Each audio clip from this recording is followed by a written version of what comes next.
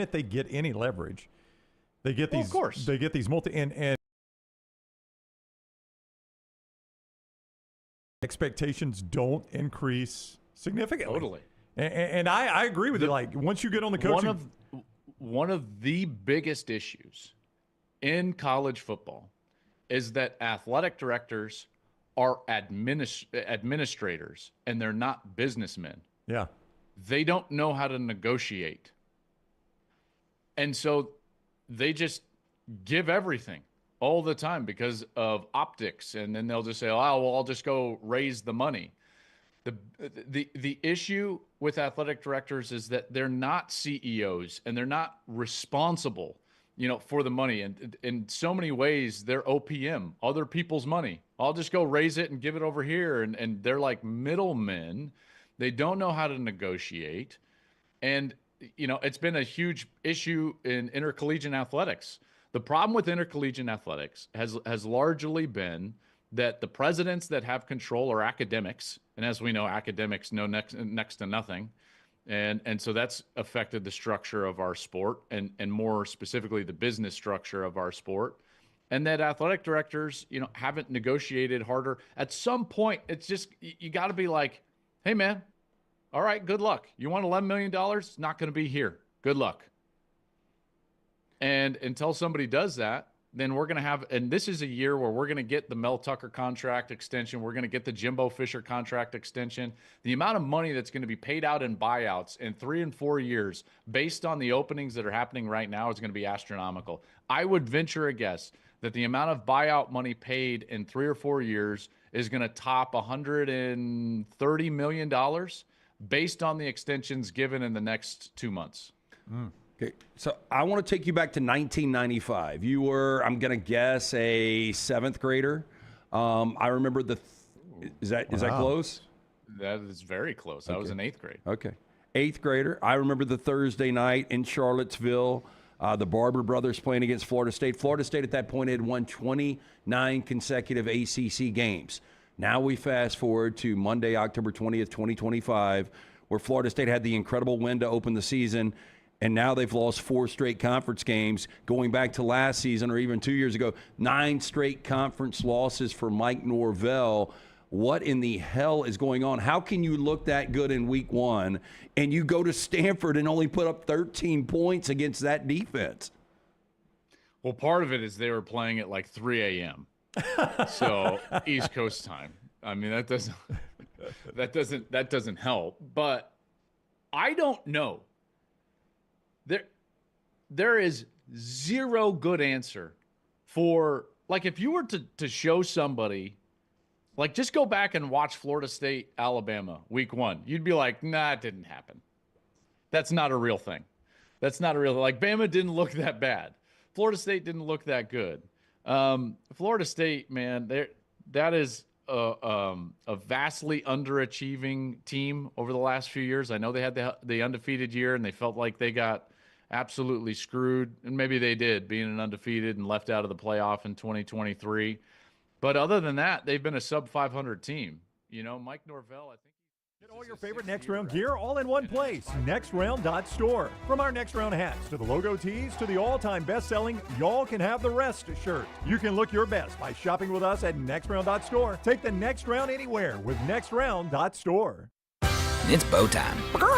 Tired of choosing between sweet and savory? Why not have both? Introducing Bojangles' new chicken and bowberry waffles. The bold Cajun chicken filet you love, now drizzled with a bowberry honey glaze and sandwiched between 2 warm waffles. Which means your favorite meal of the day just met your new favorite dish. And lucky for you, it's served all day. But it's only here for a limited time, so try chicken and bowberry waffles at Bojangles today. It's bow time.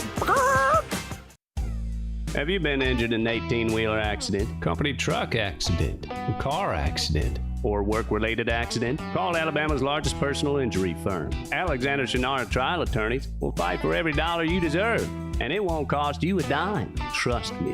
What do you say, man? Call me, Alabama. Call 659-777-7777 or go to Shinara.com. No representation made that the legal services provided are better than legal services provided by other attorneys. Jim Dunaway. Lance Taylor, Ryan Brown. Live from the Birmingham Racecourse Casino Studios, the next round, presented by Bud Light, is on now. All right, we'll get to what we saw last night. A pretty amazing night of sports, though, right? You would agree? Oh, yeah. I just hate it for Mariners fans. I really do. Oh, yeah. We'll talk about that. But they were, I guess, technically 8 outs away, 9 outs away when the coach didn't have the guts to make a call. But we'll get to that. An amazing Toronto moment. Monday Night Football went exactly the way I thought it was going to go with my Buccaneers. Could have been 45-9. Didn't go the way I thought it was going to go out in Seattle, but a nice win for the Seahawks. So all that's coming up. But can we start off with I don't know if it's real or not. So can we just say real video or not? Because this is where we are in the world. So you think this could be AI? Like I was talking with a security guy at the Walk of Champions in Tuscaloosa. I was waiting for Kalen DeBoer and his team to get off the bus and walk into the stadium on Saturday. Huge crowd. And I was talking with a security guy. And he was about 6'4". So I was doing this, looking up at him, and we were talking about, videos. And I was like, we were having the discussion, when we had on the show, that is eventually being caught red-handed on video doing a crime is not going to be admissible in court because of AI. I was like, they could make it look like you and I right now, right? Walk over there and steal that statue and carry it away. I mean, they can make it look like anything. So it looks so good. So we were having that discussion. And then last night, Forrester and I can't figure this out. Kenny Dillingham, who coaches Arizona State for now, hello, Auburn. I don't know. Can Kenny Dillingham leave Arizona State for Auburn someday? He can. I don't know if I'm an Auburn fan if I want that. I don't know if I'd want that either. I'd like to see some more sustained success out of Kenny. He is cocky enough that he probably would want to be back in the SEC. No, he's Big 12 Eli Drinkwitz. He's Big 12 drink. You're about to play us some Big 12 drink AI or not. I think he and I have the same glasses. But I think you're right. I think Kenny Dillingham and Jim Dunaway have the same glasses. Those are identical. Is that the little white thing? Do you go to the Mannings, the Warby Parker? I'm an Arch Manning. Yeah. Arch's commercials have died down a little bit. Yeah. But by the way, Arch barely had more passing yards than me and Kenny Dillingham this past week. But Kenny Dillingham, now they had a big win this past week. They beat Texas Tech. It was so impressive. I don't know how much of that game you guys got to watch. Very little. Arizona State pretty much controlled it, and then Texas Tech took a late lead, and you were like, damn, Arizona State has lost this after battling, and then they go right down. Sam Levitt was gritty. Yeah. So that was a huge win. So Kenny Dillingham likes to celebrate in the locker room. There's video of him doing the worm and dancing with his team. Yeah. That was a pretty good little dance. That was a big 12 drink. Is who we're talking about. Then Dillingham says this. Yeah, well, he shouldn't have posted the video. You're not supposed to post videos in our locker room, so that's one. But I mean, nowadays, even the video he posted, that wasn't even me. That was AI. So you don't even know what is real. So I don't know. I that'd be awesome if I could do the worm like that. That'd be pretty cool, but I'm not quite that cool. But AI makes me look cool. So yeah. But I do think the viral moments are good for a brand, and they're good for a culture with your team as long as you can respond from them and understand that, once today hits, it's over. Nobody cares anymore. What do we got to do to get better? How do we improve? Because if we don't constantly improve, we're going to have more moments like we saw 2 weeks ago, not more moments like we saw this last week. Yeah, I think it's really him, and I think he's just pretending it's AI. I disagree. I think it's AI. You think it's AI? See, it's one of those things that I can't tell what's real and what's that's not. Him. That's him. No, that's AI, Lance. I just figure if it's just over-the-top ridiculous, the eagle taking a small infant away, right? That it's probably not real. I saw an infant in the ocean last night with his life jacket on, and the sharks coming up. Yeah. There's just some of this I don't believe, but it's gotten so bad. I don't know if you saw this, but MLK's estate has shut down all AI. Yeah. So really? that has to do with the new Sora 2. Yeah, where you can make them video say AI. anything. Yeah. It's being called disrespectful to the MLK estate. Yeah. And it is. And the Kennedy estate. Yeah. And Bob Kennedy Barker. estate. I saw some Bob Barker. Yeah. Giving away a bunch of prizes. I mean, the scary thing is Bob Barker's like, I mean, I guess all these are spot on. And South Park had to take legal action as well because people were making entire episodes, and they were very believable. Cartman spent his entire allowance on Hawk Tua coin. Yeah. So play it again, Forrester. You guys make the call around. I think it's AI. You think it's AI? Yeah, watch right here. That does not look real right there. I mean, he looks like he's completely just geeked out of his mind right there. So the face does not look real when he gets up. That's why that's why he wants to say it's AI because he makes Lance his face. Is right. Lance is right. Look at this. That's not. Yeah. Forrester. That ain't real, Scott. That ain't real. He's right. If it's AI, it's really good. Well, it is. AI is really good. Yeah, but some of them aren't. It's not that good, Forrester. I mean, the players. There's nothing wrong with. Nobody's got 9 fingers. Nobody's got 3 arms. All the players are legit. And that worm is way too. Those are real numbers. I mean, I don't think that's real. Look, I'm with Lance. Stephen Hawking doing the half pipe. I know that's fake. But the Stephen Hawking off the platform's real, right? This right here is closer to real than Stephen. That's so real. I I'm think telling it's you. real because he said, nobody's supposed to be taking videos. Hey, in the how locker hard room. he's slapping the floor, though. I've seen people get a little carried away and do the worm before. Yeah. And nobody's that fluid. Yeah, I think it's real. Okay. I think it's real. You with me, Tyler? I agree. It's real. Oh, I've got the youngest guy on the show. I think it's real. The old Forrester's with I me. think it's real. Again, I'm not good at this. I think it's fake, but I'm not good at this. How do I know? 3-2, real.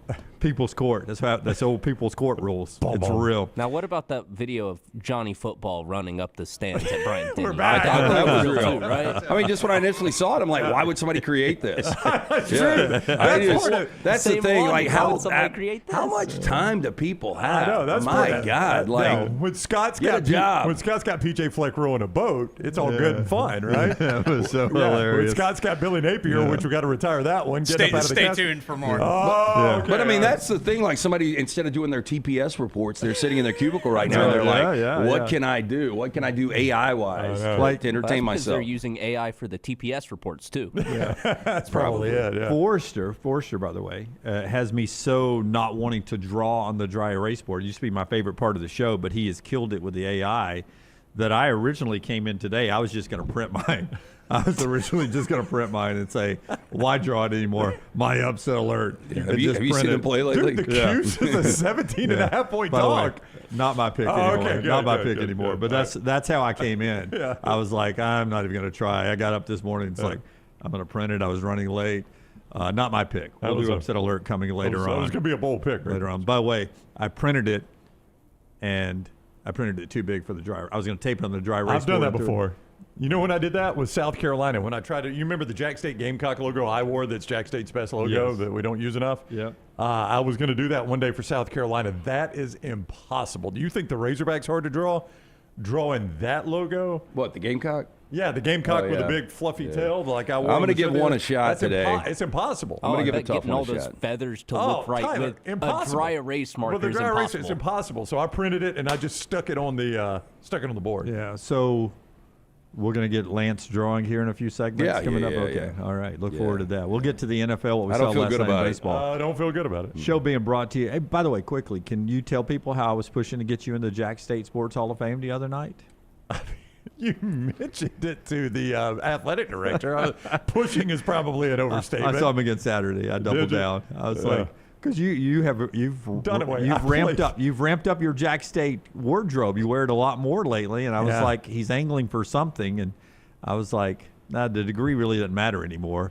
Jack State Sports Hall of Fame, though. I don't even know if y'all have one. We do, but Yeah. you know who they're not going to put in there? A guy that played on a golf scholarship for 1 year and Yeah. made one tournament. The guy and then got cut. Well, I don't guy think who walked on with a 0 batting average is in it at Montevallo. That's my point. Your okay. broadcasting career has Yeah, been look, elite. and you know, Elite. Montevallo It has and Jacksonville State. I mean, Yeah. they do need members. Yeah, and So you're- there's only a certain amount of people. But you think they're going to take somebody that was the Gulf South? I think his response to Dunaway is, We have a former golfer that's won a Masters. I believe that was what but he I said. assume he is in there. I would hope Danny Willett is in the Jack. Danny Willett's got to be in there. But I mean, it's like Rusty Greer was a all-decade team for the Rangers in the 90s. He's in there. Yeah, different, but like Chris Stewart's in Montevallis, I would assume, right? That's right. Broadcast for broadcast. Yeah. He's the voice of the Tide. Yeah. He's calling Xavier Brown 100-yard touchdown returns and people getting on him because he's not Eli Yeah, but Gold. Dunaway's basically had your same career. And That's right. No, he has. No, and, I'm serious. And he's in the Montevallo, so why would you I'm not be in the serious. Jack State? I mean,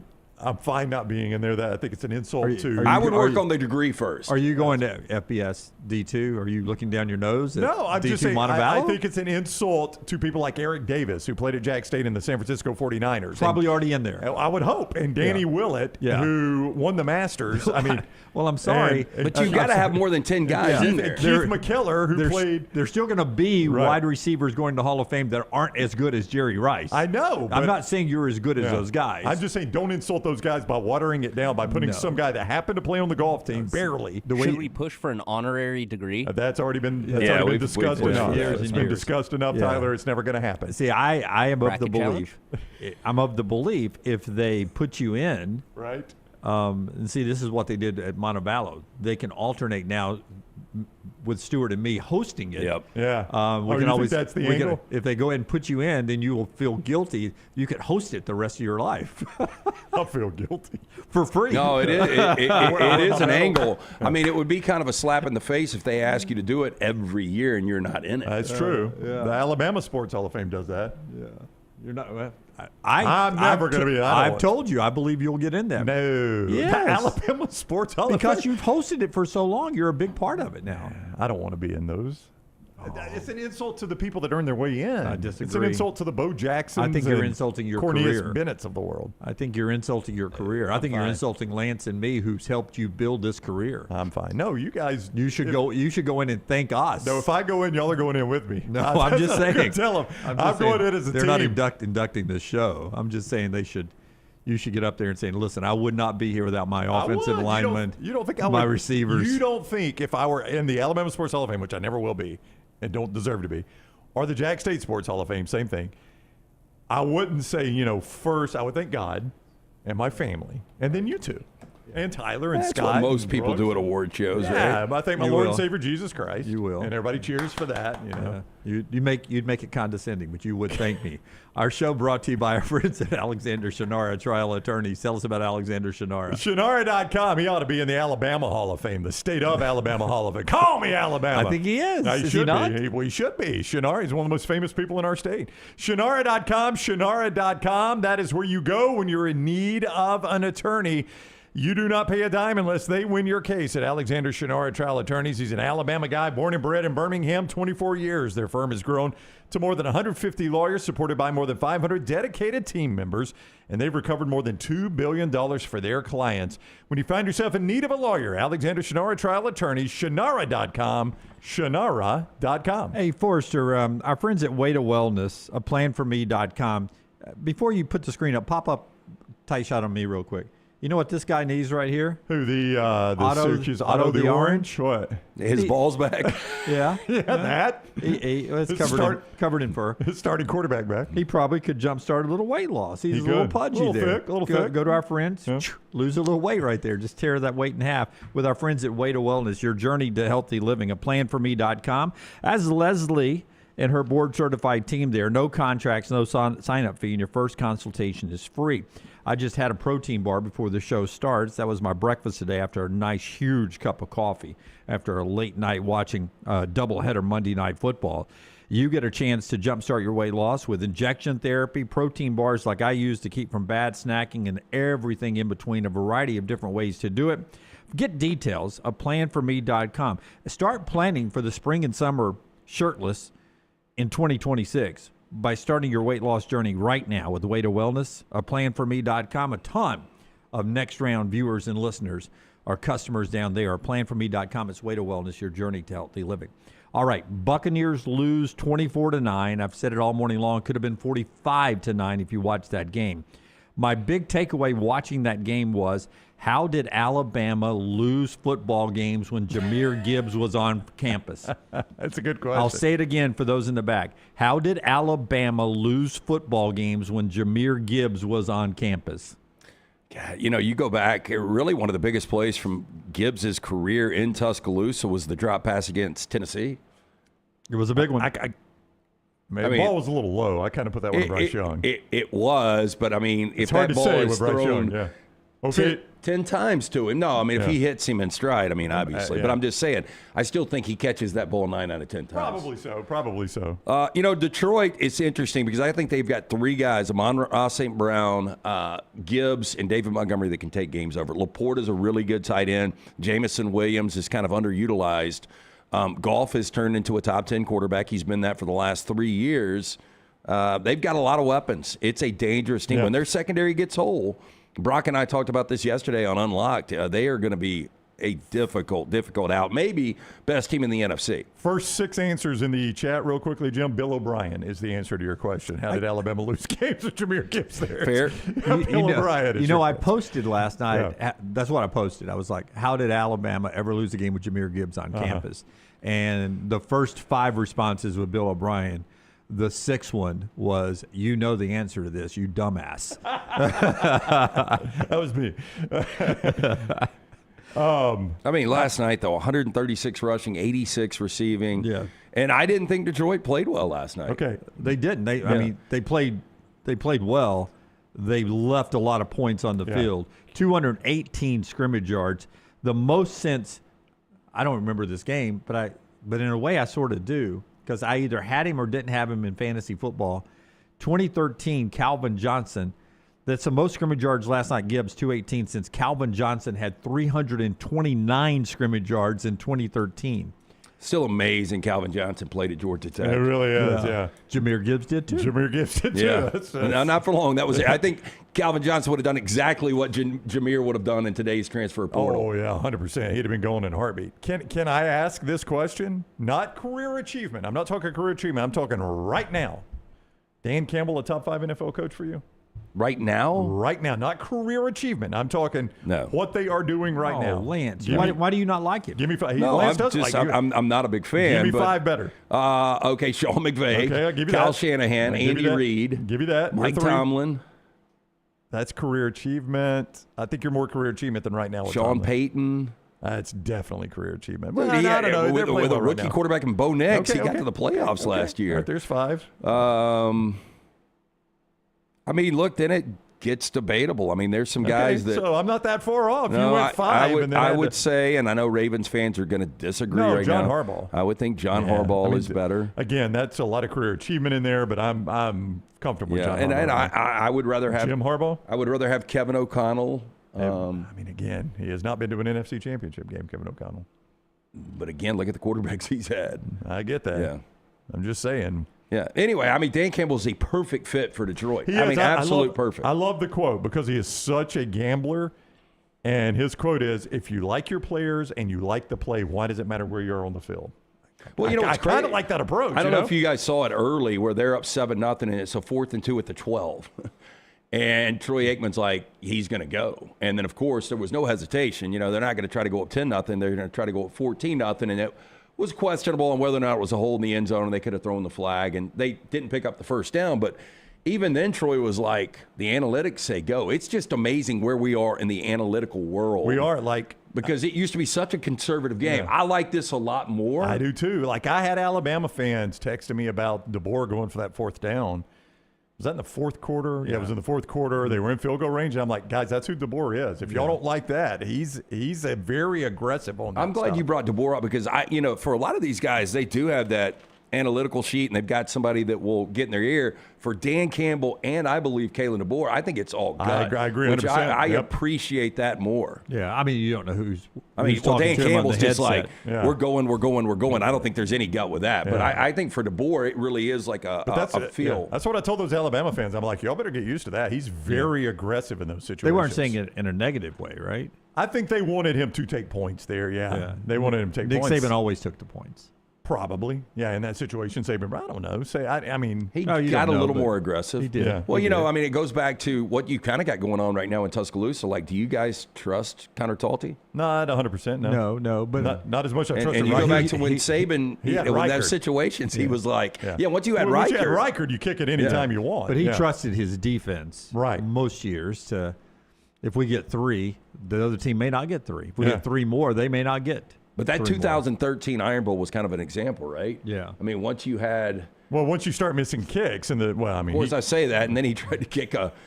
Who was the Polish kicker that he brought in? 58-yarder to try to win it. Yeah. So a big win for the Lions. Anyway, you guys couldn't run the football last night. That was a problem. Bucky Irving, once he comes back, it's going to be a lot different. I don't even know why we tried. They started 5 backups in their secondary who played their butts off. They played their butts off, the Lions did. But I would have came out slinging it around the yard from the get-go. Well, I think they tried. Baker Mayfield was just off last night. And especially, throws over 15 yards. And I think Tez Johnson, it seems like any receivers the Bucs roll out there end up being good. Ibuka's not 100%. Mike Evans, when he went down, I had the volume off.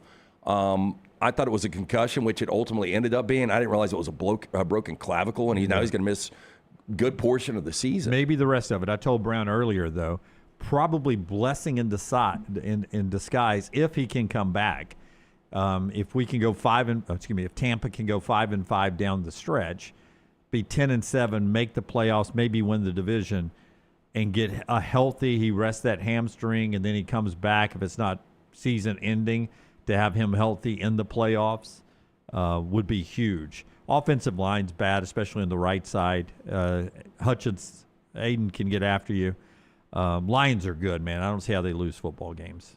Golf is good. They don't Play lose a lot of calling's them. good. They don't. They don't lose really a lot of them. No. Seattle wins last night. Seattle is really good. They have turned the corner. 3-way tie in that division now. Rams, Niners, Seahawks with that win last night. It's a beast of a division. I think you can make an argument that Jackson Smith and Jigba, outside of Puka, is your best receiver in that division. Sam Darnold is good enough to win games What in a the postseason. career revival for him. Oh, yeah. The last 2 years. Yeah, I mean, it's kind of fun to see when you look at Baker Mayfield and you look at Sam Darnold and you look at Daniel Jones. Sometimes you go to these organizations, it's not a great fit. So I think this is great for guys like Mac Jones that, they're trying to figure this out. Can I still have a good career in the NFL? And you look around, I mean, those 3 guys right now, Daniel Jones, they can make a Super Bowl run. Sam Darnold, they can make a Super Bowl run. Baker Mayfield, they can make a Super Bowl run. Yeah, a bunch of guys that were on or close to the scrap heap not too terribly long ago. We were calling a bust. Yeah. I mean, I had forgotten until they pointed it out last night that Baker was the number 1 overall draft pick. I'd just forgotten that, honestly. I don't think of him in those terms anymore. I mean, sometimes fit is so key. And look, last year it was Geno Smith, and this year it's Sam Darnold, but Ryan Grubb just didn't fit in Seattle, and Mike McDaniel's done a great job there. Mike McDonald, I should say, has done a great job there. And you look back, and Ryan Grubb's doing a great job in Tuscaloosa. So it's like Seattle is ascending, Alabama's ascending. Yeah, everybody won in that deal. Yeah. We're just a well-run organization right now in Tampa, and like you said, they draft really well. It seems like whoever they throw out at receivers, Tez is a 7th-round draft pick. He's got confidence now too. Yeah. So I think moving forward, Ibuka's going to be that one. Tez is probably going to be your 2. I mean, Cade Otton's a really good tight end. Yeah. It was cool that they told his story last night. Yeah. Those locally in Birmingham probably have heard the story that Bo and Krista Nix essentially adopted him when his mom wanted a better spot for him. And they told that story. Laura Rutledge told that story last night. And I'm glad it got national attention. It was really cool. And then Bo and Tez ended up together out at Oregon. Yeah. It worked out really good. Yeah, but to reside in the NFC South, and I do think Carolina's gotten better. I do think Atlanta's gotten better. The Saints are god-awful. But to be in the NFC West is just – it is brutal. You're in a better spot. Brutal. Yeah, but your division could get 3 teams in the playoffs. They will. My division usually gets 1. Yeah, I'm going to be really surprised the NFC West doesn't. If Seattle, San Francisco, and the Rams aren't all playoff teams. Yeah, and that's my point. For Forrester and me, it'll be a death match, and only one of us will get in. That's right. You 3. No, but at least you should be in a spot where you should be able to run the table and go 6-0 in that division. Well, I don't know if we can beat the Falcons again. Lucky to be in the first time. The first time. Let me tell you, but it would be a bad upset if you lose to either the Saints or the Panthers. Watching Will Anderson sack Sam Darnold in the end zone there. So the Seahawks had 4 turnovers last night and a blocked field goal before the half, and they still won the game and covered. Yeah. One of the turnovers, your boy Cooper Kupp. Yeah. Oh, I know. Well, it was a terrible call. Terrible pass. What are you doing? You're moving the football. Darnold's playing well. Yeah, let's let my Smith wide and receiver Jigba throw. You've got nobody that can defend him, and you're going to let Cooper Kupp throw one of the worst throws you'll ever see. By the way, Alabama is determined for Jeremy Bernard to throw the football. They have run that play. Yeah. I don't know what is wrong with that play, but they've run it, I think, 3 times. Nobody open downfield. That is what's wrong with it. They are not selling it. But, okay, you mentioned how good Ibuka is. Yep. You just mentioned how good Smith and Jigba is. Can you just keep naming Ohio State wide receivers that are good? Pretty good. Chris Olave, I think, as bad as New Orleans is, about to get traded. By the way, he better hope he can. Yeah. I mean, I think he had like 150 on Sunday, and nobody knows it because he's playing with Spencer Rattler. Yeah, I mean, if you want a sure bet coming out in the draft, and the same with Garrett Wilson. Go with forget Jeremiah. Go ahead and get the Tate guy. Yeah. I honestly, and Marvin Harrison, he is handcuffed right now. Played with Jacoby Brissett this past weekend, and I think Harrison's a little bit down from these other guys. But to me, Garrett Wilson might be the best of the bunch, and he's in New York. Yep. You had Justin Fields starting that game, and they bring in Tyrod Taylor. Yep. Like, I can't even imagine being one of these great receivers like Garrett Wilson or Chris Olave, and you've got to play with these quarterbacks. What Iowa tight ends were a few years ago, it's Ohio State wide receivers now. It's crazy. It's the easiest thing to draft in the draft. If you've got a chance to grab an Ohio State wide receiver, first, second, third, fourth, fifth, sixth, seventh round, grab it. Cornell Tate will go in the first round this year. And then Jeremiah Smith, will probably be forget Jeremiah. top 5 next year. He's elite. Yeah. We know that. Draft the Tate guy. He'll be fantastic. One more thing to get here in this opening segment. Show brought to you in part by our friends at the Magic City Classic. That's happening this weekend down at Legion Field. It's Classic Week, Bulldogs and Hornets. The city's ready for you to rock the Magic City with the Magic City Classic. Don't miss the country's biggest HBCU rivalry game. Kickoff is at 2:30 this weekend. You can get your tickets for all the tailgating, all the bands, all the fun. MagicCityClassic.com, MagicCityClassic.com. Look at the good times coming to Birmingham this weekend. Also, our friends at Bojangles. You can make it bow time at Bojangles, whether you're headed to the Classic, you're headed to a high school football game, whether you're headed to any stadium anywhere. Make it Bojangles. Those great hand-breaded chicken tenders with the dipping sauces that go with it.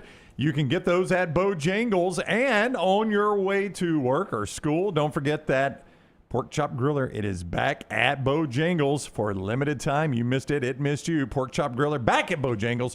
So swing by on your way in tomorrow and make it bow time. Here's the okay, let's put ourselves in the stands last night in Toronto. George Springer's at the plate, 2-1. Here's the scene. We don't have good seats, but here's the scene. Hey, we're in the stadium. It is out of here. Everybody dance. Wow. Toronto takes the 4-3 lead. They get the final 9 outs. And Toronto, for the first time since Joe Carter's home run. Second biggest home run in Toronto history there. So doing Unlocked yesterday, Brock Heward is one of these guys that grew up in Seattle, a massive Mariners fan. And you guys know that. Well, Brown, you don't. Thank you, Lance. You don't. But you grow up and you watch your team when they're completely awful. And you still. No, I know that. Okay, go. Yeah, you still live and die by it. I'm tracking. And then you have an opportunity. That organization started in 1977, the same year as the Toronto Blue Jays. And you have a one-game situation to get to a place you've never been before in the World Series. Now you lost me. And I was just, pulling so hard for Brock because I know for him and his family this was so big. This will remind you guys of our Jocks days. And you remember we would sit on the edge of our seats knowing how important monetarily it was for the business for these teams to win. Yeah. His station with Mike Salk, they are the flagship station of the Seattle Mariners. So it was massive monetarily for them too. But, we talked about this yesterday. Vlad Guerrero, maybe the hottest hitter in all of baseball. The other guy that scares you to death in that lineup this time of year is George Springer because of all of the postseason experience. Yeah, no doubt with Houston. And then he comes up second and third, and you don't want to walk him. You don't want to load the bases with one out, but man, you just had a feeling at that point. And then Julio Rodriguez had a really good night for Seattle, and he gets up there with 2 outs, and you just feel like if he could have gotten on and Cal Raleigh comes to the plate as the go-ahead run, maybe something special happens for Seattle on the top of the ninth. Wasn't meant to be, and Toronto back in a World Series. I want to say I didn't really have a dog in the fight. I was watching because it was Game 7 primarily, but I kind of wanted Seattle to win only because I wanted to see the reaction at Monday Night Football when Seattle won in baseball. Like, you see what I'm saying? I wanted to hear the reaction of the Seattle Seahawks fans at Lumen Field when their team won across the continent in Toronto. I don't know. I just kind of wanted to see what the you saw them all geared up. Like, every other fan in Lumen had Mariners gear on last night. You couldn't hear it, but after the Springer home run, Chris Fowler referenced that there was an audible groan in the stadium that you could tell Springer had hit the home run. Yep. So, I hate that for the Seattle fans. I'm with Lance. Toronto's had one. I generally, in those situations, pull for the franchise has never won one, probably because I'm a Dolphins fan, and I've never seen my franchise do it. Great uniform World Series. I mean, Toronto's got clean uniforms, Dodgers. Yeah, I like the old school Trident logo for the Mariners more than the I do too. More than the compass. Yeah. I will tell you, hidden on that Toronto bench as a bench coach, Donnie Baseball, Don Mattingly. Are you serious? Is going to his first World Series. Never made it. Never made it. Guy played for the Yankees and managed the Dodgers. Yeah. Yeah. Wait a minute. How did he play for the Yankees and manage the Dodgers and he's never been to a World He's allergic to it. He's never been to a World Series? So Don Mattingly gets to go to his first World Series as a participant. Forgot the Dodgers part. Yep. I mean, really, he was the only great Yankee to play when they were absolutely awful. Yep. You know how hard it would be to play a sizable career for the Yankees and manage the Dodgers and never go to a World Series. That'd be a Hall of Famer. That's really difficult. Not be in a World Series. Don Mattingly gets to go Friday in Toronto. A lot to get to on the show in college football. We'll jump knee deep into that. Clay's with us to start hour 2. Upset alert also in hour 2. Our fun, by the way, still hot. Easiest way to make money on this show, by the way, is I don't know how you do it gambling wise, but play our upset alerts because 2 of them. You just play the money lines. 2 of them hit every week. It's become very competitive. Yeah, I tell you what I will do. I will pull 2 outright wins and a cover this week. I will tell you this: a cover now in our group chat gets referred to as a sack bunt. That's how competitive this has become. Is if you just cover, it's called a sack bunt. Forrester is just you play Forrester. He's hot. Brooks got an outright. I don't winner. think Brown liked that comment. I would freaking really. It was. I cover every week. It was less than. I cover every week. It's called a sack bunt. Two outright winners, a cover, and going into the fourth quarter, I thought LT and I were sitting pretty with Ole Miss too. I mean, it took a 17-0 Georgia fourth quarter for us to not cover, and for a minute, and you heard on the broadcast, Herbstreit was like, "This feels different." Like with Georgia going into the fourth quarter, because Georgia's come back in all these games, but he's like, feels different. Did feel a little different, and then same results. But I would ride Forrester. What I will do is I will pull my bookie.ag account, and I will give you the outright numbers on what the live numbers will be. All right. Yeah. I don't think you guys are going to like my pick today. Okay. I didn't like it last week. If it's got good video. Truthfully, I've been fading you all week long, and you've cost me money because I'm like, he can't hit another one. He can't hit another one. So I would fade you again this week. There's no way you hit another one. Okay. Challenge. But I look forward to the AI presentation coming up a little bit later. It's better than the pick. It always is. Well, technically not. You keep hitting them. Our friends at Odie's bringing us this first segment. When we come back, we jump into college football knee deep. Odie's will get you into a great lunch atmosphere today. Yeah, of course. Great place to go. Enjoy that food from Ronnie Davis. Been it for almost 4 decades now. The award-winning wings, delicious burgers, fantastic sandwiches, the ice-cold beer buckets full of the Bud Light. And you can enjoy that patio this fall weather. Both locations, the original Crestline, the one we'll be back at tomorrow night, every Wednesday for Odie's Team Trivia. Newest location in Edgewood. Get in and see Will Haver and that great staff. Birmingham institution, it's Odie's Tavern. Everything Next Round is on demand now in the podcast section at nextroundlive.com. Have you been injured in an 18-wheeler accident, company truck accident, car accident, or work-related accident? Call Alabama's largest personal injury firm. Alexander Shinara Trial Attorneys will fight for every dollar you deserve, and it won't cost you a dime. Trust me. What do you say, man? Call me, Alabama. Call 659-777-7777 or go to shinara.com. No representation made that the legal services provided are better than legal services provided by other attorneys. Storm season is here. Make sure you have a plan of action in place right now. Greg from Pell City and Storm Restoration Roofing should be your first call when storms hit. Insurance companies love working with Storm Restoration Roofing because of Greg Nelson's name and reputation in the industry. When storms hit, call Greg Nelson. He's local, 205-542-3531. He's the home of the free no-cost roof inspection. Greg from Pell City on Facebook, 205-542-3531. It's Storm Restoration Roofing. Remember the name Way to Wellness if you're battling weight loss in your life. I'm Jim Dunaway from The Next Round. There was a time I was over 216 pounds until Way to Wellness helped me lose 45 pounds, and now for over 2 years, they've helped me keep that weight off. Here's their website, aplanforme.com, aplanforme.com. That's a great name for a website because there's no cookie-cutter plan. Everything is designed specifically for you. No contract, no sign-up fees, and your first consultation is free at Way to Wellness.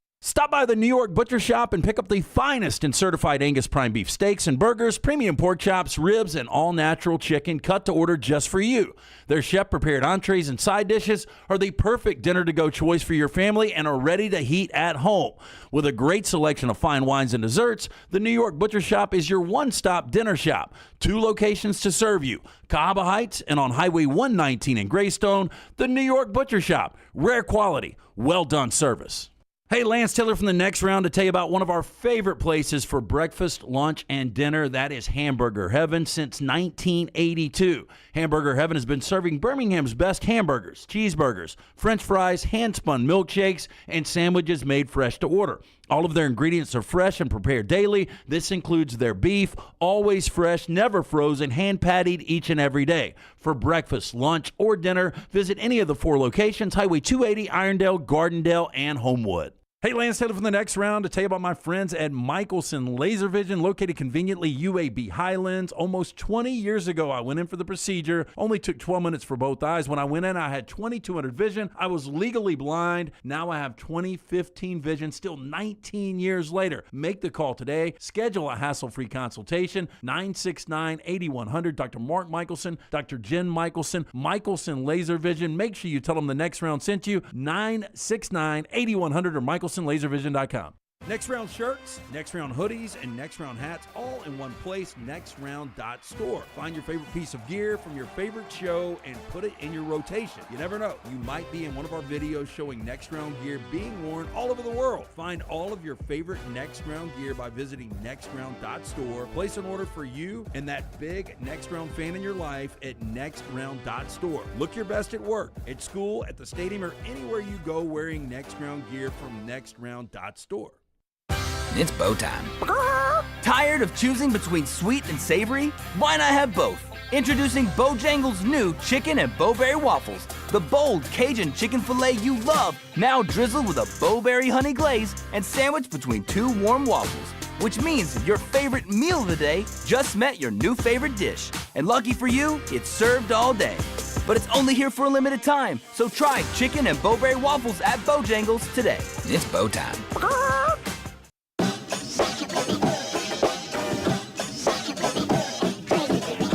Back with you on The Next Round. Everything I said going to break, forget about it. Clay's going to move to 10:30 now, midway through the second hour, and we'll do Upset Alert to start the third hour of the show. We'll do that coming up at 11 o'clock to give LT a fair fight at trying to draw a very complicated logo. He has multiple greens I see here, so we'll see what he comes up with later in the show.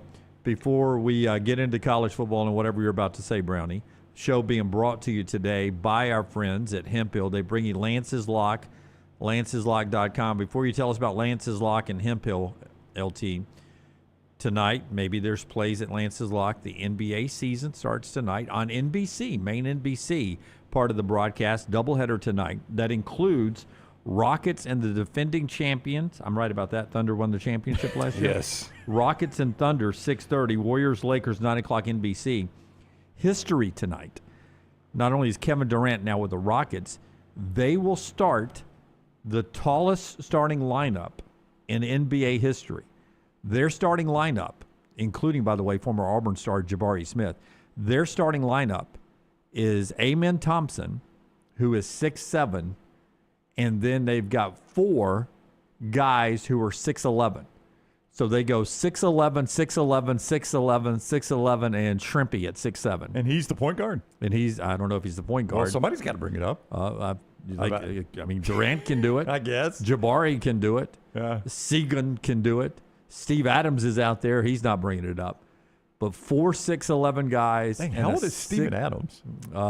That guy's been in the NBA forever. It's Adam, Eve, and Adams. Yeah, Steven Adams. He's close. 6'7", 6'11", 6'11", 6'11", 6'11". Jeez. Tallest starting lineup in NBA history tonight against the Thunder. And Hemphill has the lock, lanceslock.com. Yeah, we split last night in the NFL, but we bounce back tonight. We do have college football. We've got NBA. Jump on board, win with us, free play every single day at lanceslock.com, where we've been killing the NFL. Jump on board, win with us. It is always brought to you by our friends at Hemphill Services. Whether you experience plumbing, heating, or cooling issues, or home or business, they are ready to serve you. Call Adam, Chad, Andrew, the guys there. Hard to stop a train. For more information, hemphillservices.com, 205-229-2090. Did you have something you wanted to add? I was just going to say on Upset Alert, and we were talking about this before the game. This goes with Lance's lock, too. I mean, used to you could pull up point spreads, and you'd have some 7s and some 11s and some 12s and some 14s and some 15s. Now, it's like 20-something or less than a touchdown. Yeah. That's what college football has become. It's almost like the NFL, except for the 20-somethings. And to your point, like in the SEC last week, if you count 8 points as one possession, which you do, because you can score and get a 2-point conversion, 6 of the 8 games, the historic 8-game SEC schedule Saturday, 6 of the 8 were one-possession games. Yeah. Oh, on the point spread. Yeah. No. And they're played out that way. Yeah. In the real game. Yeah. 6 of the 8 were one possession. Alabama was not. Yeah. I mean, that was, and still a entertaining game. Yeah. So it's far more entertaining to me to watch. I understand if you're a fan, you want to see your team blow people out and have no pressure. Right. I want to do buy and sell here. You can draw while you just tell me buy and sell, okay? I'm good. Okay, so buy and sell on some of this stuff, okay? Notre Dame as a college football playoff team, are you buying or selling? Oh, I'm buying. Yeah, I mean, that schedule. That's, they can beat anybody in college football right now. Anybody. Interesting. Like if they lined up against Ohio State, they could beat Ohio State. They could beat Alabama. They could beat Indiana. Notre Dame 1,000% could beat anybody in college football. Yeah, I'm a buyer in Notre Dame. I mean, the remainder of their schedule is very, very beneficial to them. Okay, now keep in mind though, I'm just playing. I agree with you. Yeah. But my role on the show is to spark conversation and keep the conversation moving. Miami just lost. No. So that lost a little bit of that luster of that loss. If they win out, do they have enough at 10-2 to get in? You know what? If they win out, they will not likely have as a top 25 win because USC. Do you think USC finishes ranked? Oh yeah. So USC. Okay, so that'd be their one. Yeah, really. USC to me, they're going on bye. Then they got to go to Lincoln. That's their second most difficult game moving forward. They will beat Nebraska. Then I think it comes down to a one-game situation for USC in Austin against Oregon. Late in November, if they win that game, I think USC is going to be 10-2, get in. I think they probably lose. I think they end up 9-3, but that'll keep you ranked. Yeah, they'll be ranked. So that's going to be their one ranked win. I mean, to your point, Jim. So their other wins other than USC at the end of the year are going to be Purdue, who's terrible, Arkansas, who fired their coach, Boise State, who's been forgotten since that loss, but they demolished UNLV over the weekend. That was a good win for them. NC State, who's been disappointing, Boston College, if they win that one, who's no good, Navy at Pitt, who's been okay, Syracuse, who's got a hurt quarterback, so they're no good, and Stanford, who's awful. Navy could be ranked at the end of the year. Maybe. Yeah. But Navy's undefeated. They're not going to have a great resume, I will tell you that. Yeah, and that's my point. You're going to have 10-2 SEC teams. I have a gut feeling it'll come down to the discussion of 10-2 Notre Dame versus a 10-2 leave-out SEC team. Interesting. Yeah, I mean, what would be fascinating? Think about this scenario. If you've got a 10-2 Vanderbilt, and at that point, Vanderbilt's got 4 or 5 ranked wins, but then you have resume. You guys go back to television and the partners. Who do they want? Do you want Notre Dame? You want Vanderbilt? It's not even close. Notre Dame will get in, and it's sad, but Notre Dame I'm will with get Jim. in. I mean, I think, and I think Notre Dame's probably a better team right now, but I cannot imagine the backlash that will come with that. Can you imagine? But we have lived through 13-0 ACC champion being left out. Yeah. Can you imagine they did win the ACC championship. Florida State, yeah. Can you? Yeah, but that was a 4-team. I had a hurt Yeah, I quarterback. mean, they're quarterback. So and they would have been in a 12-team. Yeah, and you've got an excuse there. Can you imagine the director of the committee, the College Football Playoff Committee, when they do that first ballot, and he goes, "All right, guys, we're going to vote again." Yeah. Just as a reminder, this event is being televised. That's right. By ESPN and some games on Turner Sports. I get that, but those are reported too. Yeah. Buying or selling Texas Tech now as a college football playoff team? It's getting trickier because I think that's probably a one-bid league, and this BYU team is becoming more and more of a handful. I regret backing off them when they lost to Retzlaff. This is amazing to lose your starter that close to the season and be where Kalani Sasaki has this team is pretty remarkable. The question becomes, are they a better team with Bear Bachmeier than they would have been with Retzlaff? Maybe so. Maybe. Retzlaff hasn't exactly torn it up at Tulane. No. And it was a good win against Utah this past week. Arizona State still playing good football. There are losses out there, it seems, for everybody as you move forward. Texas Tech still the favorite, though. Are you buying Texas Tech or selling them as a playoff team? Everything seemed to go Arizona State's way this past weekend in the desert. Will Hammond was starting instead of Baron Morton. I'm still buying Texas Tech. I still think they get to the Big 12 championship game. They're probably going to be favored in that game. I assume they'll probably be playing BYU. So I still would lean Texas Tech as your team. I'm buying Texas Tech, too, still get there. I can't answer this because I'm broadcasting the game, but Ty Simpson as a Heisman finalist, one of the 3 or 4 guys sitting in New York. 100% buying it. 100% buying it. I mean, but there are people now talking about him being the best pro prospect in this quarterback group and the best quarterback in America right now. And Alabama's offense, maybe not being the best overall offense in America, but one of the most efficient, one of the most fun to watch, all those superlatives. So he's getting all the attention. Yeah, right now. I would have Ty in New York right now. Fernando Mendoza, Julian Sayin would be there now. But, I mean, I think Ty's got an outstanding shot to win this thing. Yeah. But at least to be a finalist. Dane Brugler writes this, another week of Ty Simpson putting NFL-level throws on tape. Love his poise, confidence, and placement. Simpson belongs in the conversation to be QB1. Now, he's talking about the first quarterback taken in the NFL draft. Now, I will say this. Oklahoma's pass defense is really good. He's still got to face them. South Carolina's, I don't know, what's Dylan Stewart's status? I don't know. We won't know until the injury reports come out. But if he's healthy, he's a heck of a pass rusher. He's a handful if he's a healthy. game changer. But if he's not playing, that certainly helps Alabama there. South Carolina's 4th in pass defense. LSU is 6th in pass defense. These are conference rankings. Really, the only team he still plays is Auburn, that is 14th against the pass. So he's going to play some of the better pass defenses in the SEC over the next few weeks. Texas as a playoff team. So buying or selling? They got to beat Georgia, and I don't think they can beat Georgia. We redid our brackets last week. I had Texas slipping in at 9-3. They still might go 9-3, but they don't deserve to be in. I am going to say that they find a couple more losses. Are they 1 loss or 2 losses right now? I think they can lose Saturday. They've already got 2. Yeah. Okay. I think they can lose Saturday straight up at State. Oh, I do too. Yeah. They almost lost to Kentucky. Well, don't get ahead of somebody's upset alert. Okay. I mean, I thought about it. It's a rare home dog. You don't get those much anymore. I was going to ring that bell myself, but I did not pull the trigger on that. But they can lose that game. They still got to play Georgia. That is somebody was late today. Needed an easy logo. So far too almost printed it. Almost printed it. You could draw the cowbell. I like drawing alternate logos, so I've done that today. Oh, the cowbell. I've drawn an alternate logo today, not their main logo. Oh. Alternate was easier. Buy or sell Vanderbilt actually making the college football playoffs. I've got a feeling they're going to be 10-2, and I think they should get in, but I just wonder if the brand's strong enough. I'm going to lean they do get in. My brother and my dad have a little group text, and it's primarily golf and football we discuss. And my brother texted it last night and said, what are the odds that Tennessee Vandy is for a college football playoff spot? And I said, those odds are way bigger than they should be. But they're legitimate. That legitimately could be a game for a playoff. We'll see if Tennessee can hold up their end of the bargain.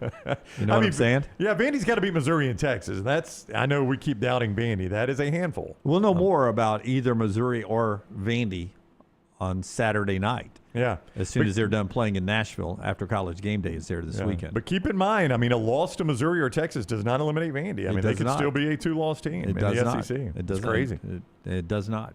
More coming up. I'll need cut 9 at the end of this, by the way, Tyler, but I got 3 more buy or sells here this morning on the show that's being brought to you by our friends at Sleep Home Alabama. You know, it dawned on me last night, I don't have to, in my sleeper pick, I don't have to pick an underdog, right?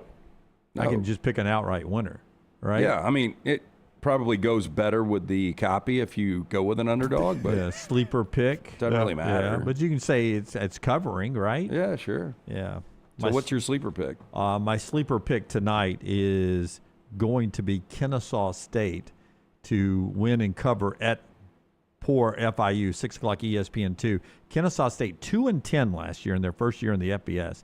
Now a smooth 4-2, realistic shot of going to a bowl game. Yeah, pretty good team, man. I had them a couple of weeks ago. So Kennesaw State, they're your sleeper pick. It is always brought to you by CPAP Plus. Our friends, the O'Neill brothers, Woody and Joe, do such a fantastic job with helping you get that quality 8 hours of sleep. If you're not getting it, you wake up, you're groggy, you need that nap during the day, you need to reach out to our friends at CPAP Plus. 5 locations: Birmingham, Trussville, Pelham, Foley, Troy. They've got Alabama's best home sleep testing and CPAP available at sleephomealabama.com. That is the website.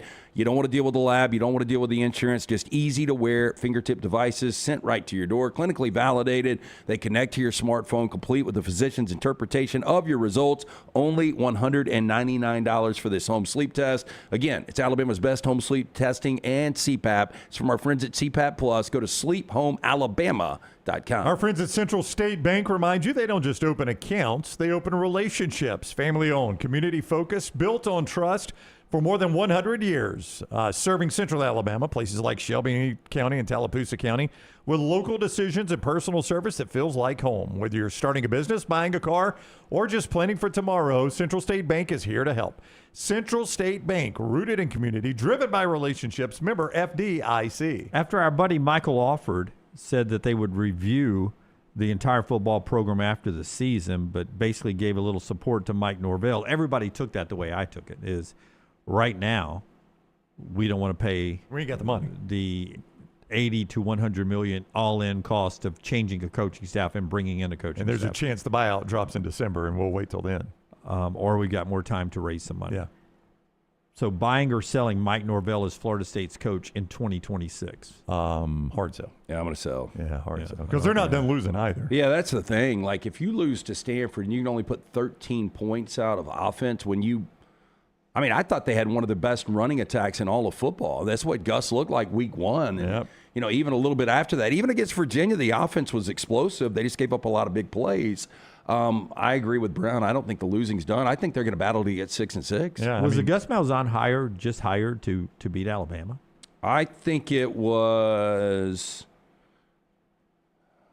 I don't know. I mean, that's it's a different. I mean, it's an interesting take. It's a different coaching. If that had still been Saban, maybe, but I mean, he had no history against DeBoer and Kane Womack. So it's kind of hard to say that. Now, Castellanos and him had a history together. They were together there. I don't know. I mean, but still, they've got to play Wake this weekend. I don't know what to do with that. They're at Clemson. Clemson's terrible, but I mean, you think Florida State's going to go win at Clemson? Host Virginia Tech, at NC State, at Florida. I mean, there's losses left for them. Yeah. I'm going to be wrong. I said they were going to, after they beat Alabama, I said this is an 8-4 team. They're not going to scare 8-4. They're going to be far worse than that. Buying or selling Lane Kiffin staying at Ole Miss? I know what he's about to say. I'm selling. You think he's already done? Yeah. I mean, if you're Lane, a couple of years ago, I was like, I don't think Lane's going to leave Oxford to go to Auburn, but this is much different. From Oxford to Gainesville, where you can win championships. I just think Lane thinks, going in last week to Athens, I mean, the rosters are similar, but it's still Georgia. And once you get a Florida roster, I just think it becomes a little bit different for Lane. The thing I would say about Lane and Ole Miss is Keith Carter, the Ole Miss AD, last week said he's working on a Lane Kiffin extension before we get to quote-unquote silly season, which translated meant before Florida fires Billy Napier. And he didn't get it done in time, apparently, because have you seen an announcement that Lane has signed it? I haven't. No. So you've lost the battle. You've lost the race there. Now that job's open. And listen, here's one of two things. Lane's going to parlay and this is going to sound insane, but I'll remind you, Curt Cignetti is among the highest paid, if not the highest paid coach in college football right now. I guess it's still Lincoln Riley. I don't know. Lane Kiffin's going to parlay the Florida job into being, at Ole Miss, a top 5 paid coach. Kirby Smart was, I think, $13.1 million. It bounces around so much. Yeah. But think about that. Your top 5 paid coaches may include Curt Cignetti and Lane Kiffin. Yeah. When all is said and done. And that's what he's going to do. I think Lance has parlayed this into one of the richest contracts in college football history and stay at Ole Miss. But you can get that same deal at Florida. You potentially could, but I do think there's no, you could. I won't even say potentially. No, you could. But I think there's a comfort level at Ole Miss, and you say it often. Why I know. Why leave a place where they'll build a statue for you to go to a place that's already got statues? If you can win a championship there, do you guys think he can win one at Ole Miss? I think you can win one anywhere. I think in this day and age, you can win one anywhere. Yeah. But I want to see it first. And here's why the reason I say this. Like right now, like Indiana's very much in the mix. Texas Tech before this past weekend. Can he win one at Indiana, Curt Cignetti? I don't know. That was what I was going to bring up is like we have all this parity, but are you guys going to be surprised once we get to the college football playoff if it's Ohio State, Alabama, Georgia right there in the end? No. So I just want to see, like, this has been an incredible, college football year, but at the end of the year, I wouldn't mind seeing, Indiana playing somebody for the national championship to truly show you that you can win at these other places. Last one, buy or sell Hugh Freeze coaching Auburn in 2026. Sell, and I'm assuming we've got the soundbite queued up that I want to reference here, so I'm not going to step on it, but this is a sell. Thank you. Yeah, it's a sell. It's a sell. Here's Hugh Freeze yesterday at his media days getting asked about how much a John Cohen vote of confidence. I mean, I think Cohen has done it once or twice already this year, but gets asked about maybe another vote of confidence from the AD. Today, you've had some programs like Florida State and Wisconsin where their ADs have come out and talked about supporting their current head coaches. I guess, first of all, have you talked to John Cohen since Saturday night about the state of the program, what he thinks? And then I guess second question would be, what would a statement of support mean or not mean? Like, do you need that at all? Well, that would be huge. That'd make everyone feel a lot better for sure.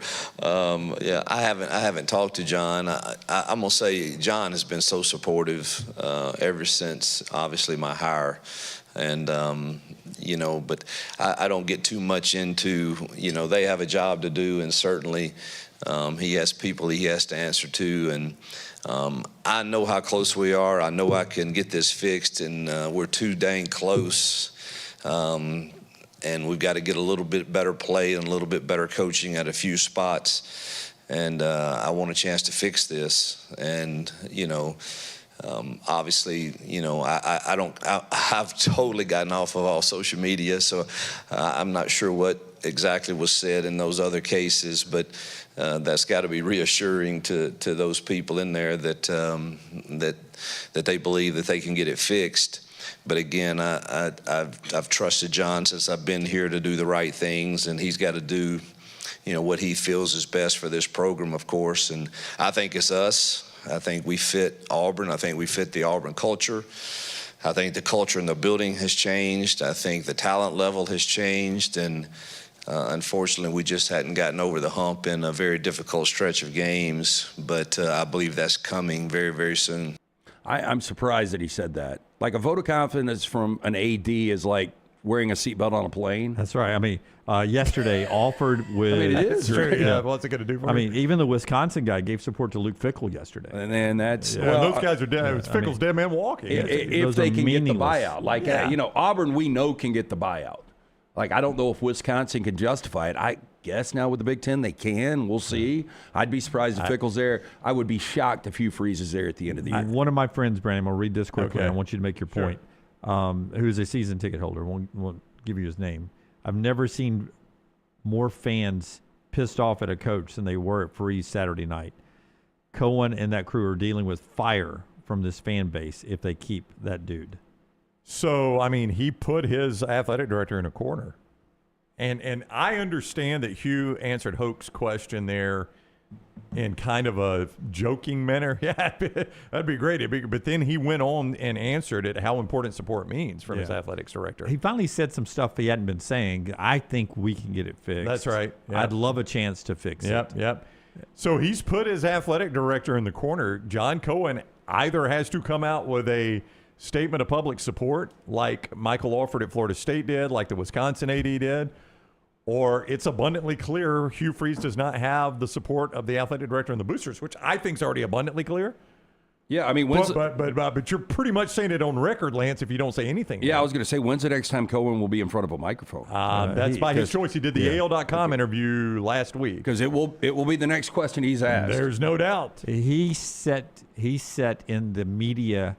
He seems to always be in the media availability post game. Boy, I wouldn't be. But he set in seats, I'm told, this past week. Like, he usually stands on the wall. He sat in the seats in the middle of the media this where past people are week. asking questions. Yeah, it looked like he was going to ask a question. Coach. Yeah. I don't. Would you settle for less of your buyout? But if you're John Cohen, what do you do today?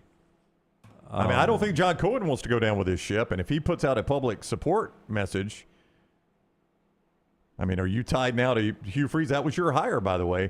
John Cohen, he did not hire Bruce Pearl. He did not hire Butch Thompson. He hired Hugh Freeze. I think that's a bigger story, too. What do you mean? Is your football coach the football coach you want for the future, and is your AD the AD you want for the future? Well, and here's where he gets a lot of – can you imagine if Steven – and obviously we're all pulling for Steven – but if Steven struggles this year, this guy's in his first year as coach. I would like to think you would give him some leeway, but I get what you're saying. Fans are fans. Remember, we joked last week about my Auburn friends who were like, "Man, Steven needs to have a good game tonight," and I was like, "It's an exhibition game," and they're like, "Yeah, but we just need him to have a good game tonight. We need some positive." Yeah, he can't shoulder the burdens of your football program too. He's got enough coaching basketball in the SEC. Yeah. All right. The show being brought to you by our friends at Urology Centers of Alabama. Your chance right now to stay on top of your health, guys, as you age from your 20s to your 30s. You get the opportunity to get checked out by our friends at Urology Center of Alabama, and they'll stay with you 20s to 30s, 30s to 40s, and so on throughout life. Early detection literally saves lives. Call this number to make an appointment or to get more information, 205-930-0920, urologycentersalabama.com. 70 years of the best urological care, from prostate health to kidney stones and everything in between.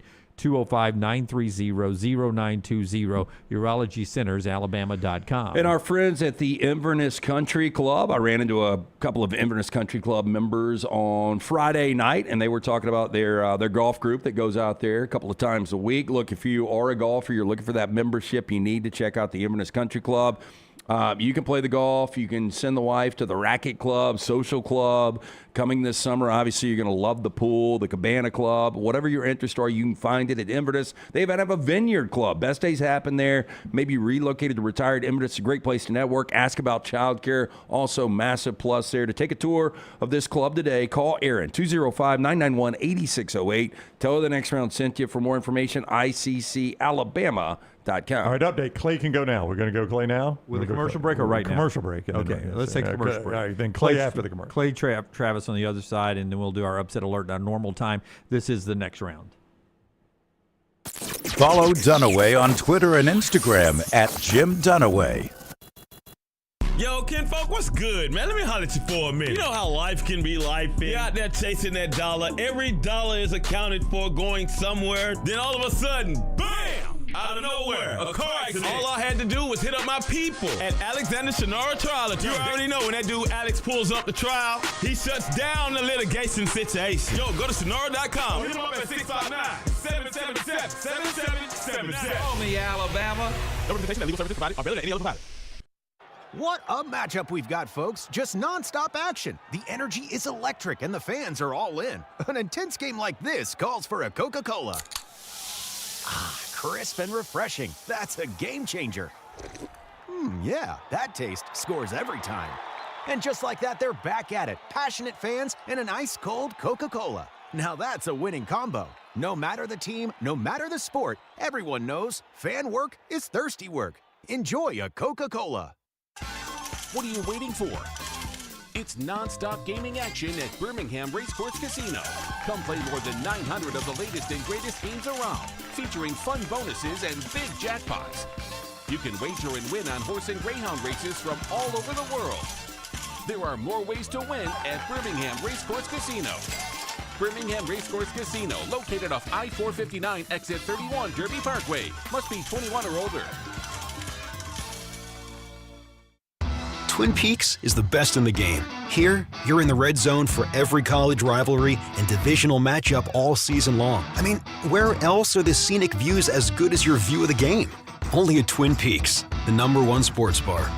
Hey, there's nothing worse than waking up to a plumbing problem. Don't get caught in a flooded house. Call the guys at Hemphill Services. Adam, Chad, and the team at Hemphill are the only ones I trust to fix it and fix it right the first time. Hemphill Services does it right and always at a fair price. For all of your plumbing, cooling, and heating needs, trust the name that Birmingham has trusted since 1954.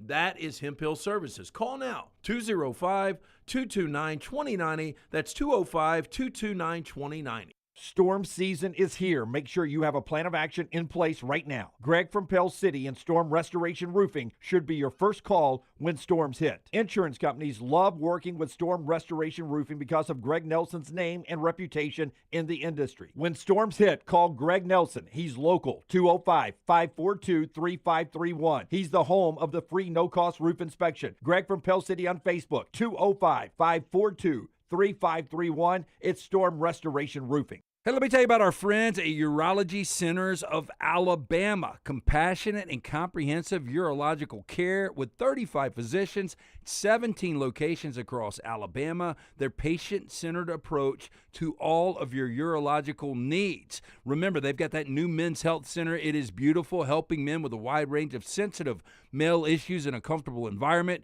You can always go online, visit urologycentersalabama.com, schedule an appointment with one of their many urologists today. Catch up on all today's Next Round on demand through the podcast platform of your choice, Apple, Spotify, iHeart, or Google Podcast, wherever you listen. Always like, follow, subscribe, and turn on automatic downloads so you never miss any part of the Next Round. It's bow time. Tired of choosing between sweet and savory? Why not have both? Introducing Bojangles' new chicken and bowberry waffles. The bold Cajun chicken filet you love, now drizzled with a bowberry honey glaze and sandwiched between two warm waffles. Which means your favorite meal of the day just met your new favorite dish. And lucky for you, it's served all day. But it's only here for a limited time, so try chicken and bowberry waffles at Bojangles today. It's bow time. Jim Dunaway, Lance Taylor, Ryan Brown. Live from the Birmingham Racecourse Casino Studios, the Next Round, presented by Bud Light, is on now. Our conversation with Clay Travis, powered by our friends at Alabama Power today. Yeah, Alabama Power, not just keeping the lights on, but making sure you are paying what you think you are paying. They don't want you to be surprised by a bill, so they've got several tools to help you keep everything in check. They're free, they're easy to use, and they help you save. Rate Advisor, it's like a matchmaker, but for your rate plan. Bill Explainer helps explain your bill in plain language. And Energy Assistant, connecting customers with savings programs and financial resources when they need it most. Check out all three tools right now, alabamapower.com. Let's talk to Clay Travis, founder of Outkick, and at Clay Travis on social media. You also see him on Fox. He's on the Alexander Shinara Trial Attorneys Hotline. What is up, Clay? How are you? I'm great. How are y'all? Doing fantastic. Thanks a lot. Obviously, everyone in our audience would like your reaction to Saturday night's loss in Bryant-Denny Stadium.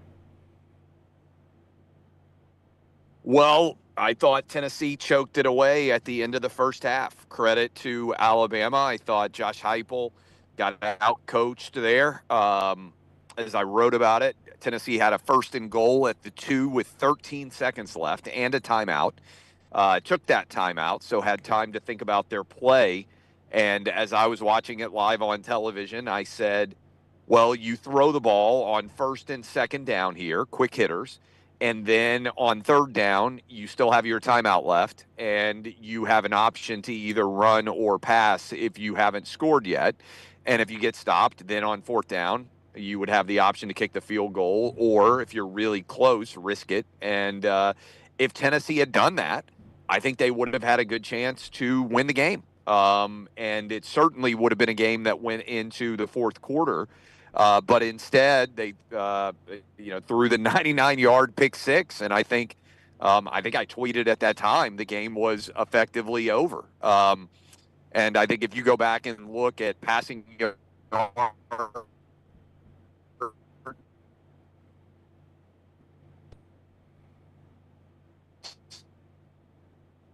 All right, we've lost Clay for a second. He is on the streets of New York. Clay, you back? I think that's a no. Do we want to just try? Can you guys still hear me? I got you now. Okay, go ahead. Continue. Yeah, I'm in New York City. So I think, look, I think Josh Heupel blew it. Alabama took a timeout after they ran it on first down. And there were hardly any players that could have had the ball thrown to them. Tennessee ran play action. I don't think anybody expects the run there because if you get stopped, the half runs out, you get no points. And the worst possible outcome, I think Tennessee got outcoached and outplayed themselves, out-schemed themselves at the end of the half, and the game was over once that pick happened. I think most people should have known this before, but after the LSU win, everybody's in agreement Vanderbilt is legitimate. Now at 6-1, they're ranked number 10. We brought up this scenario, and how would you think this would play out? 10-2 Notre Dame, 10-2 Vanderbilt, only one gets in. I think Vanderbilt would get in that scenario. Now, we don't know who the other loss would be, but you would beat either you would have to beat Missouri, you would have to beat Tennessee and Texas. You would have to go 2-1 in those three, unless you got upset, I think off the top of my head, by Auburn or Kentucky, which doesn't feel very likely right now, in which case you would go 3-0 against that group. I think Vanderbilt would have a better resume than 10-2 Notre Dame would. But guys, look, I at the top end 5 teams that get to 10-2 or better. I think all those teams will end up in the playoff. Listen, I can let these guys ask you about Lane Kiffin's pending decision to stay at Ole Miss or go to Florida. I want to ask you about one guy who's letting it be known to athletic directors and particularly to big money boosters that he wants to get back into coaching. That's Jimbo Fisher. Is there a market for Jimbo Fisher somewhere? Let's say Auburn came open. Would Auburn be smart or not smart to look at Jimbo Fisher, in your opinion? Well, so here's where I think this gets interesting. The offset language. You could theoretically, and there might be a lawsuit over this, but you could theoretically take a job, take, $3 or $4 million a year as your salary, and have your prior job paying still, the non-offset salary there. And you could say to your new job, hey, this gives you an extra $5 or $6 million a year to roll into NIL that you're not having to pay me. I don't know how that would play out, and there might be a fit thrown, but I could see the same thing for Jimbo Fisher, for James Franklin, for guys that are out there that still have some marketplace. If I were Auburn, I would rather go with somebody like James Franklin personally than Jimbo. But certainly, and that would be because my concern is, why would Jimbo Fisher suddenly work at Auburn when it didn't work at Texas A&M? That would be my biggest concern if I were considering hiring him. A&M doesn't lack for resources. It didn't work there. Why would it suddenly work at Auburn or Florida or any Arkansas, any other of the SEC jobs that may well be open? Are you surprised, Clay, that you don't hear Clark Lee's name mentioned for more of these jobs? I mean, there's some good jobs open, and I don't hear him attached to a lot of these. Well, I think there's some fear that he is not built a sustainable long-term program and that he's peaking, which is a really high peak. But what happens next year when Diego Pavia isn't there, when, I think Vanderbilt is the oldest team in the SEC. And so as some of these guys rotate out, what is going to be left behind? Like, in other words, what's the over-under for Vanderbilt wins next year? Is it 5.5? Is it 6? I don't think that's crazy. And so there might be a substantial drop-off for him. I also think, and you guys didn't ask about this, but I think it plays in with Lane Kiffin. If your team makes the playoff, I think it becomes very difficult for you to take another job because the school doesn't know how long you're committed to the playoff. Let's say you win that first round game. Well, then you're committed till, Christmas and New Year's, and the transfer portal is going on, and there are all these challenges about keeping your current roster intact. I think it becomes difficult if you are Ole Miss or you're Vanderbilt and you were to make the playoff in order to be able to hire a guy. So I think that factors in too. Okay, I'm going to throw these SEC jobs out, and whether it's them taking another job or being fired, you tell me if you think this job will be open at the end of the year, okay? Yep. We'll start Ole Miss. Again, I think if Lane Kiffin wins the game against Oklahoma and Ole Miss wins this weekend, I think it's almost 100% that Ole Miss will be in the playoff. And if Ole Miss is in the playoff, I think it's hard to believe that Lane Kiffin will leave. So really, to me, that question is a function of, will Ole Miss make the playoff? And I think they will. So I'm saying that Ole Miss will not be open. Missouri. The question is somebody with a way better job going to hire away Eli Drinkwitz?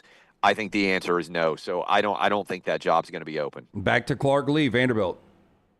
I think that he is not going to leave Vanderbilt for another job. So no, I don't think Vandy will be open. Okay, just three more. Auburn. I think Auburn will be open. Kentucky. I think Kentucky will be open. And then the most complicated, LSU. So Brian Kelly has to win this weekend, I think, because otherwise they're going to be 5-3, and obviously A&M is coming to Baton Rouge, and I believe A&M is a 2.5-point favorite in that game.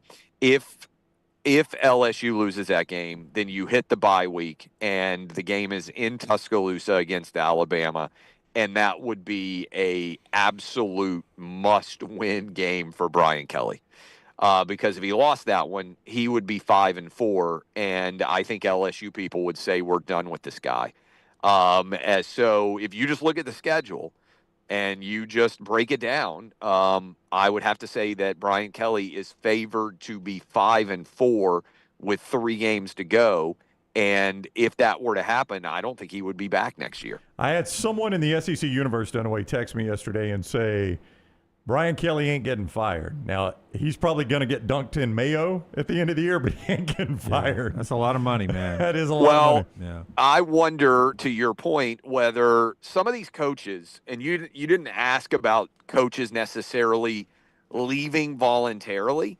I think some of these coaches in the NIL era, like Brian Kelly, rather than come back under incredible scrutiny, is there a job where they could leave for that maybe isn't as good as the job that they've got? But, you kind of saw Mark Stoops try to do this. And I think, Virginia Tech is open.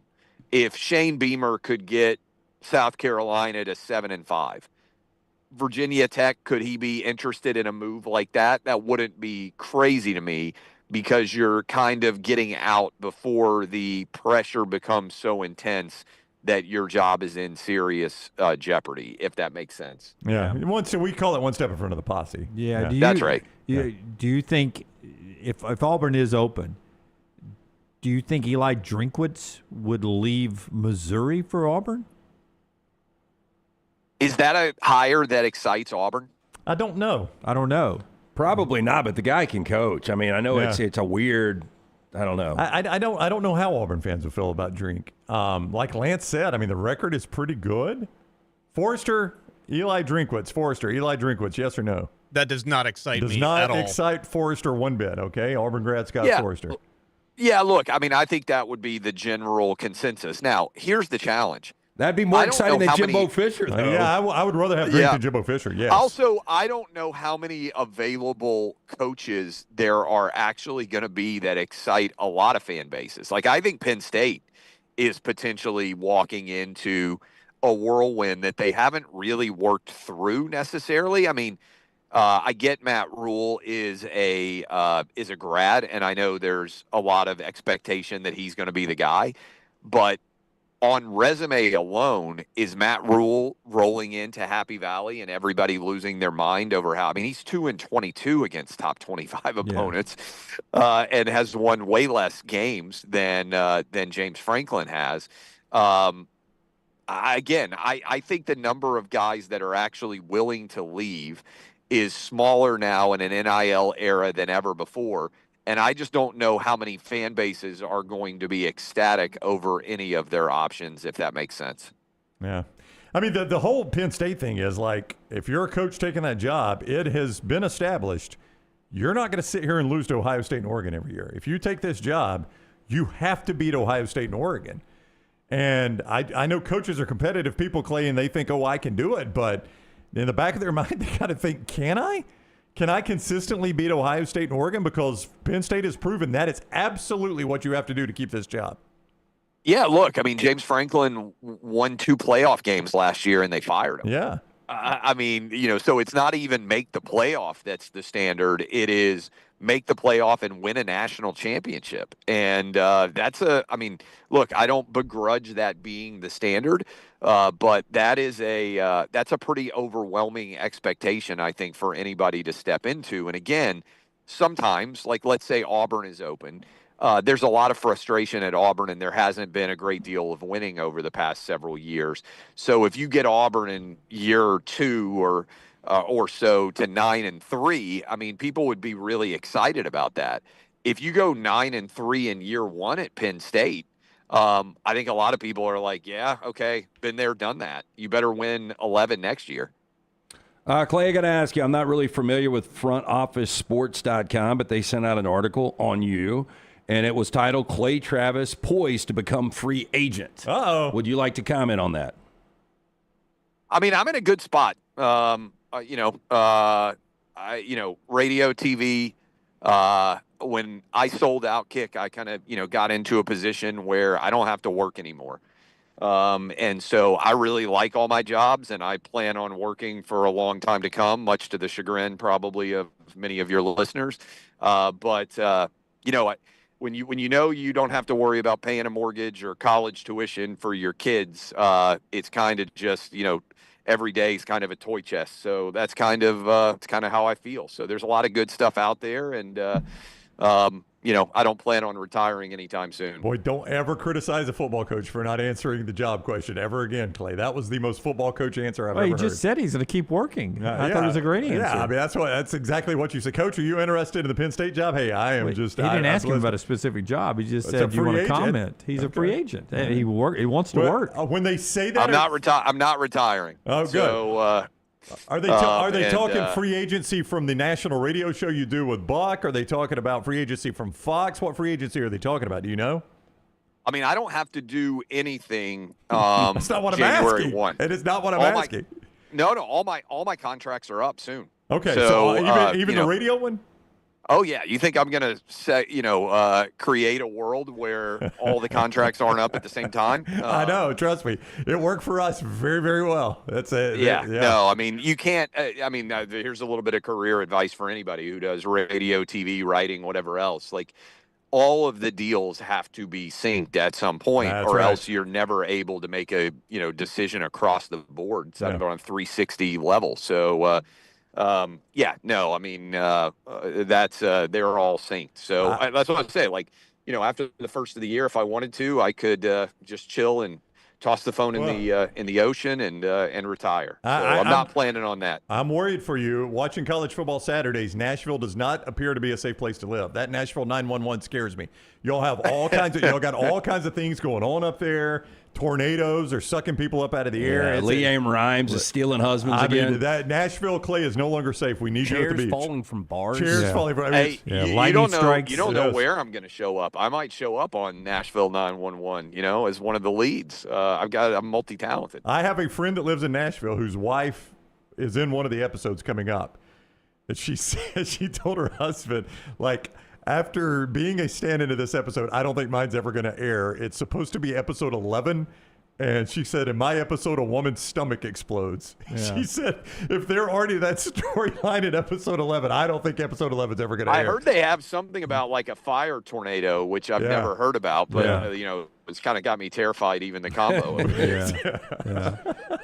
Old Jim would have simply said, "You probably could make it as the lead at 911 Nashville because I've seen you act like a Republican for years." But I would never say that. I would never say that. Well, I mean, all I would say is I would expect you white dudes for Harris I would expect you white guys for Harris to not know good acting.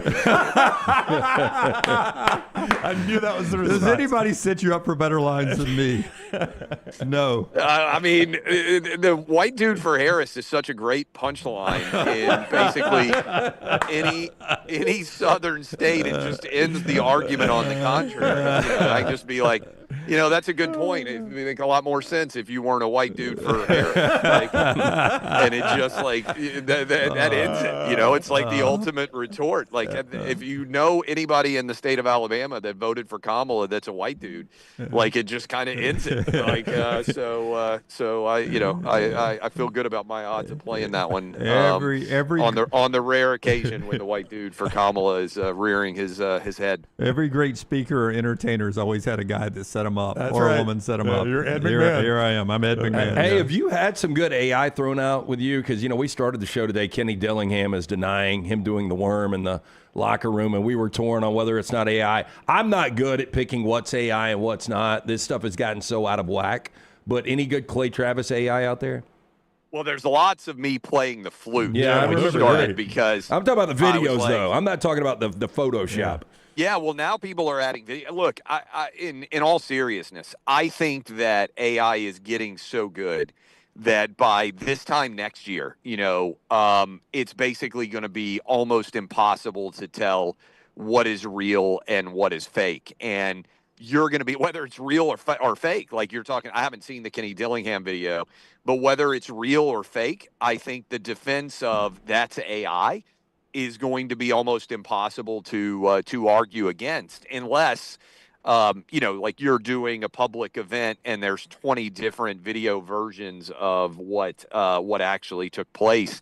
I mean, everybody is going to just start saying everything is AI if it's negative in nature, and I think it's going to have I think the consequence is going to become that many people are just going to stop believing that anything is real out there, candidly. And so it's going to make authenticity that much more valuable. I don't know if you saw this. I mean, this is a version of that.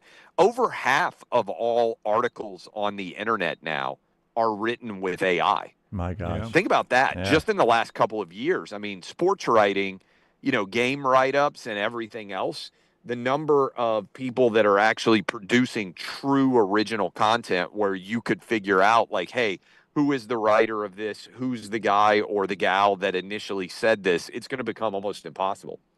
All right, here's Clay Travis, Outkick founder, at Clay Travis on social media, and you see him on Fox, hear him on national radio until he's free agent in January, and then we don't know from that point forward. Clay, thank you very much for the time. Enjoy the Big Apple. Yeah, no doubt. I may move to Alabama and run for Senate. You never know. Yeah, that's not a crowded field at all. Technically, you don't even have to move here. Just buy a house. Oh, I've already got a house down on 30A, so I can run and just stay at the beach the whole That's time. Florida. That's Florida. I don't know that that's that big a deal, but that is Florida. It shouldn't be on a map, but it is. How we lost that one. Oh, we gave that one away. Well, actually, that's probably the worst decision in the state of Alabama history. Doubt, they were offered the Panhandle. Yeah, I know. Yeah. That and hiring and the state of Mike Alabama DeBose. legislature voted against it. Yeah. Yeah. I think it goes Florida Panhandle, Mike DeBose, Brian Harsin. I think it's those in that order. I believe that's it. Yeah. Clay, thank you. Yeah. Have a good week. All right, you too. I'll see y'all. We'll see Bye. Clay Travis with us on the Alexander Shinara Trial Attorneys Hotline. Yeah, and the show being brought to you by our friends at Michelson Laser Vision. They bring you the viewing menu every day. Tyler's about to tell us what he's watching. LT's going to tell you why he's able to watch anything. 205-969-8100. If you want that vision that is 4K, you can get it from Dr. Mark Michelson, Dr. Jen Michelson, best in the business. Very important, 205-969-8100. Ask for Amy Toe. The Next Round sent you. She's going to hook you up with a hassle-free consultation. You have 0 to lose to find out if LASIK is right for you. For more information, michelsonlaservision.com. All right. First up today, we got a new Netflix documentary, Who Killed the Montreal Expos? An investigation into the downfall of the Montreal Expos, Canada's first Major League Baseball team, and who was ultimately responsible. It was a terrible stadium, and that was their big thing, right? They could never actually get a good stadium. It was the Olympic Stadium in Montreal. Yeah. It was big circular, so you could have a track in it like most Olympic stadiums. Bad seats everywhere. Yeah. They built it for the 76 Olympics, though, right? Olympic Stadium, yeah. Yeah. It had that weird roof that was like suspended on it. It was terrible spot there.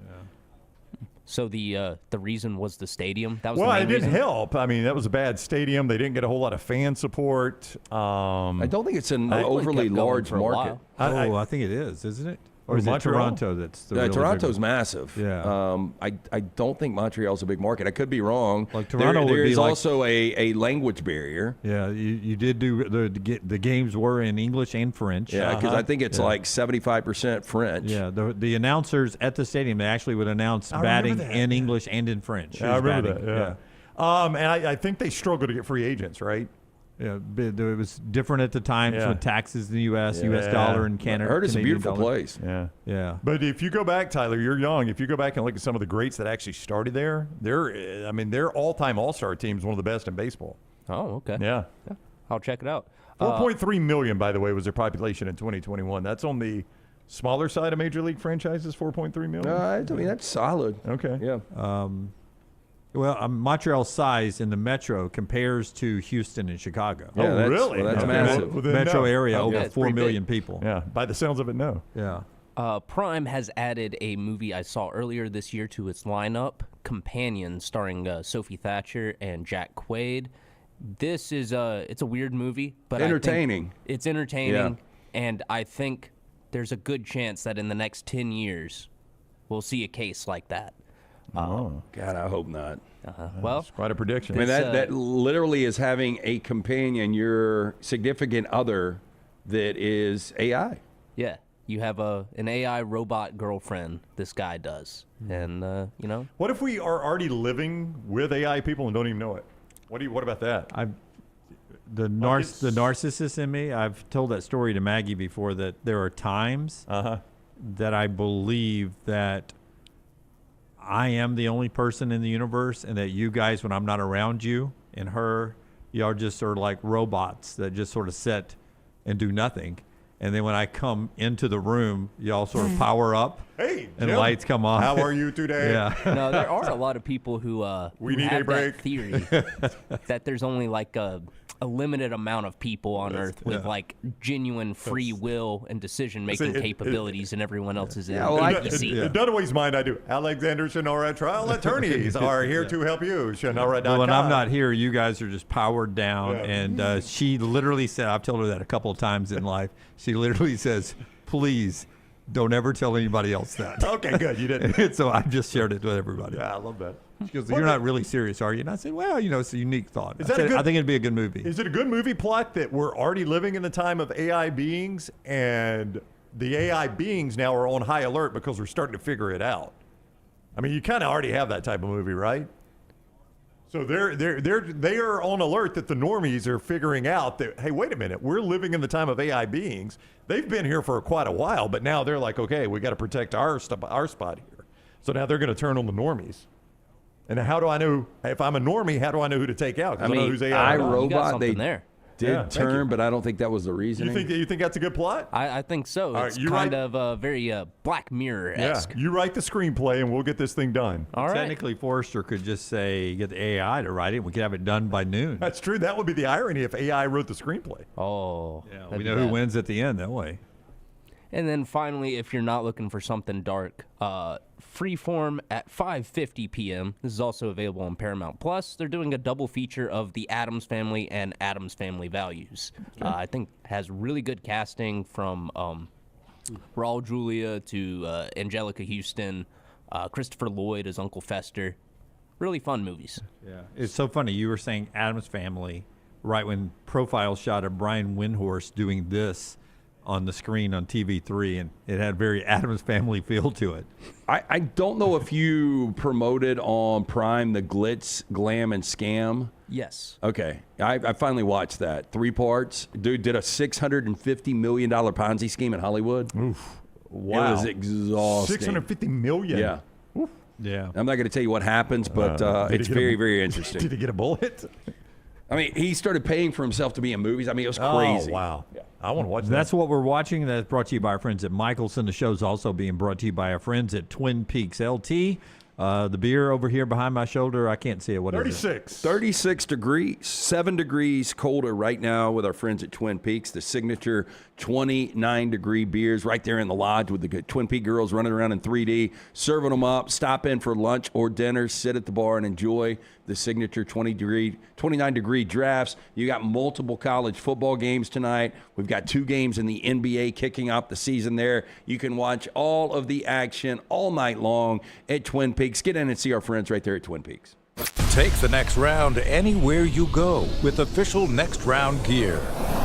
Buy yours today at nextround.store.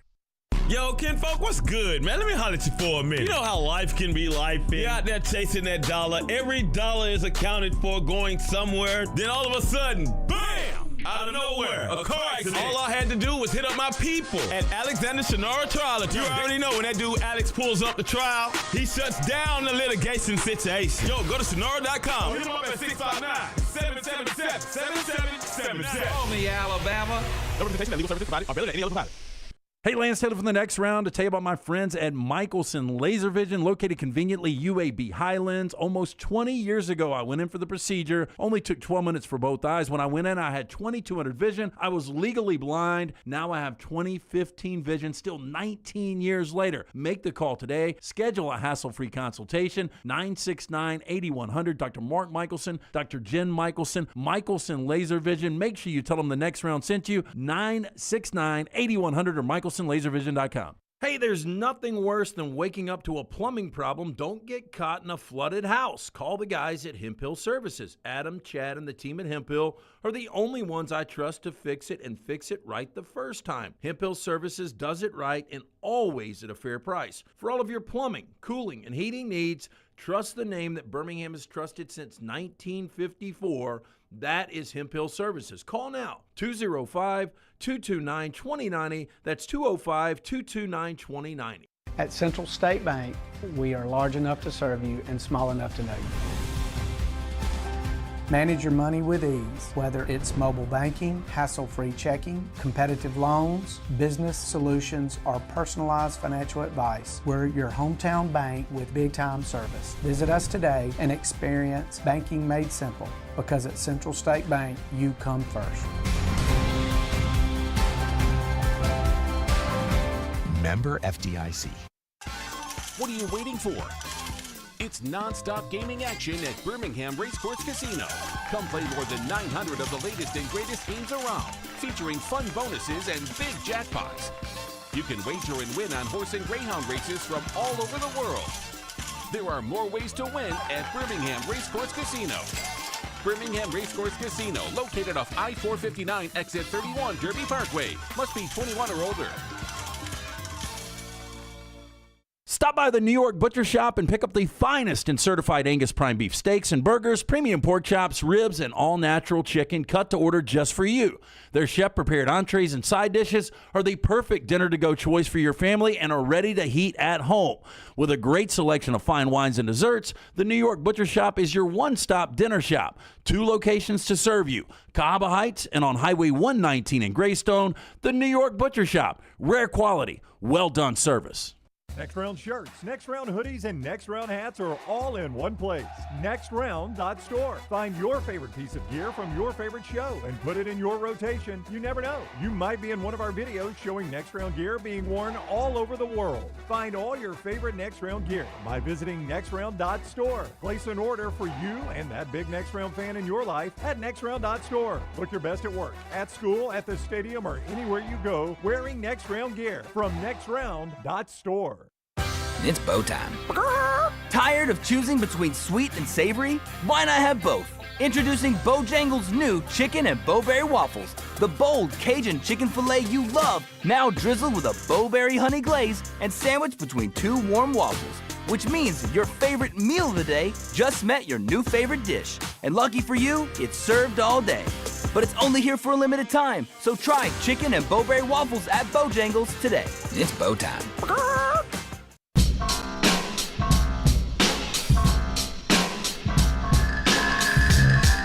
Brought to you today. Oh, wait. What? It's almost like you didn't turn the mic on in time. I started mid-sentence, but that wasn't Tyler's fault.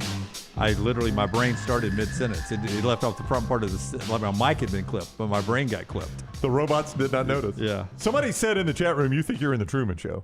Have you ever watched that movie?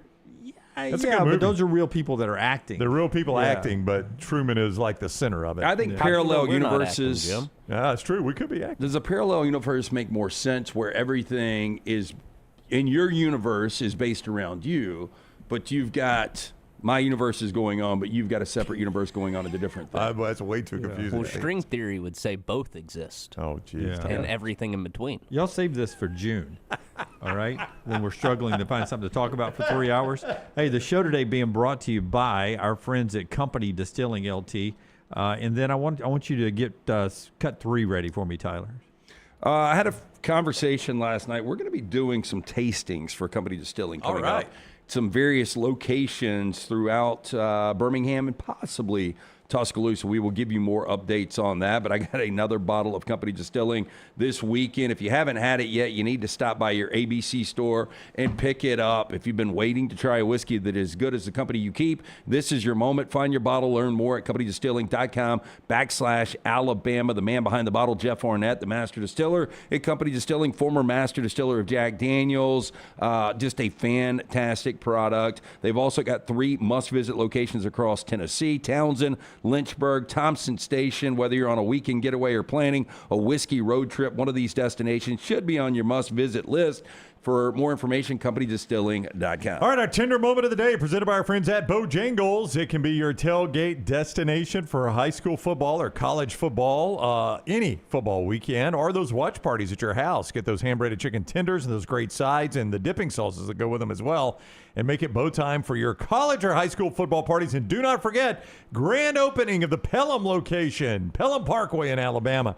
You got a brand new Bojangles coming your way, grand opening tomorrow, so get excited about that. And always Pelham and anywhere else. Make it bow time. The tender moment of the day comes from Alabama offensive coordinator Ryan Grubb, who has been to some places and is falling in love with game day in Tuscaloosa. Here's Ryan Grubb.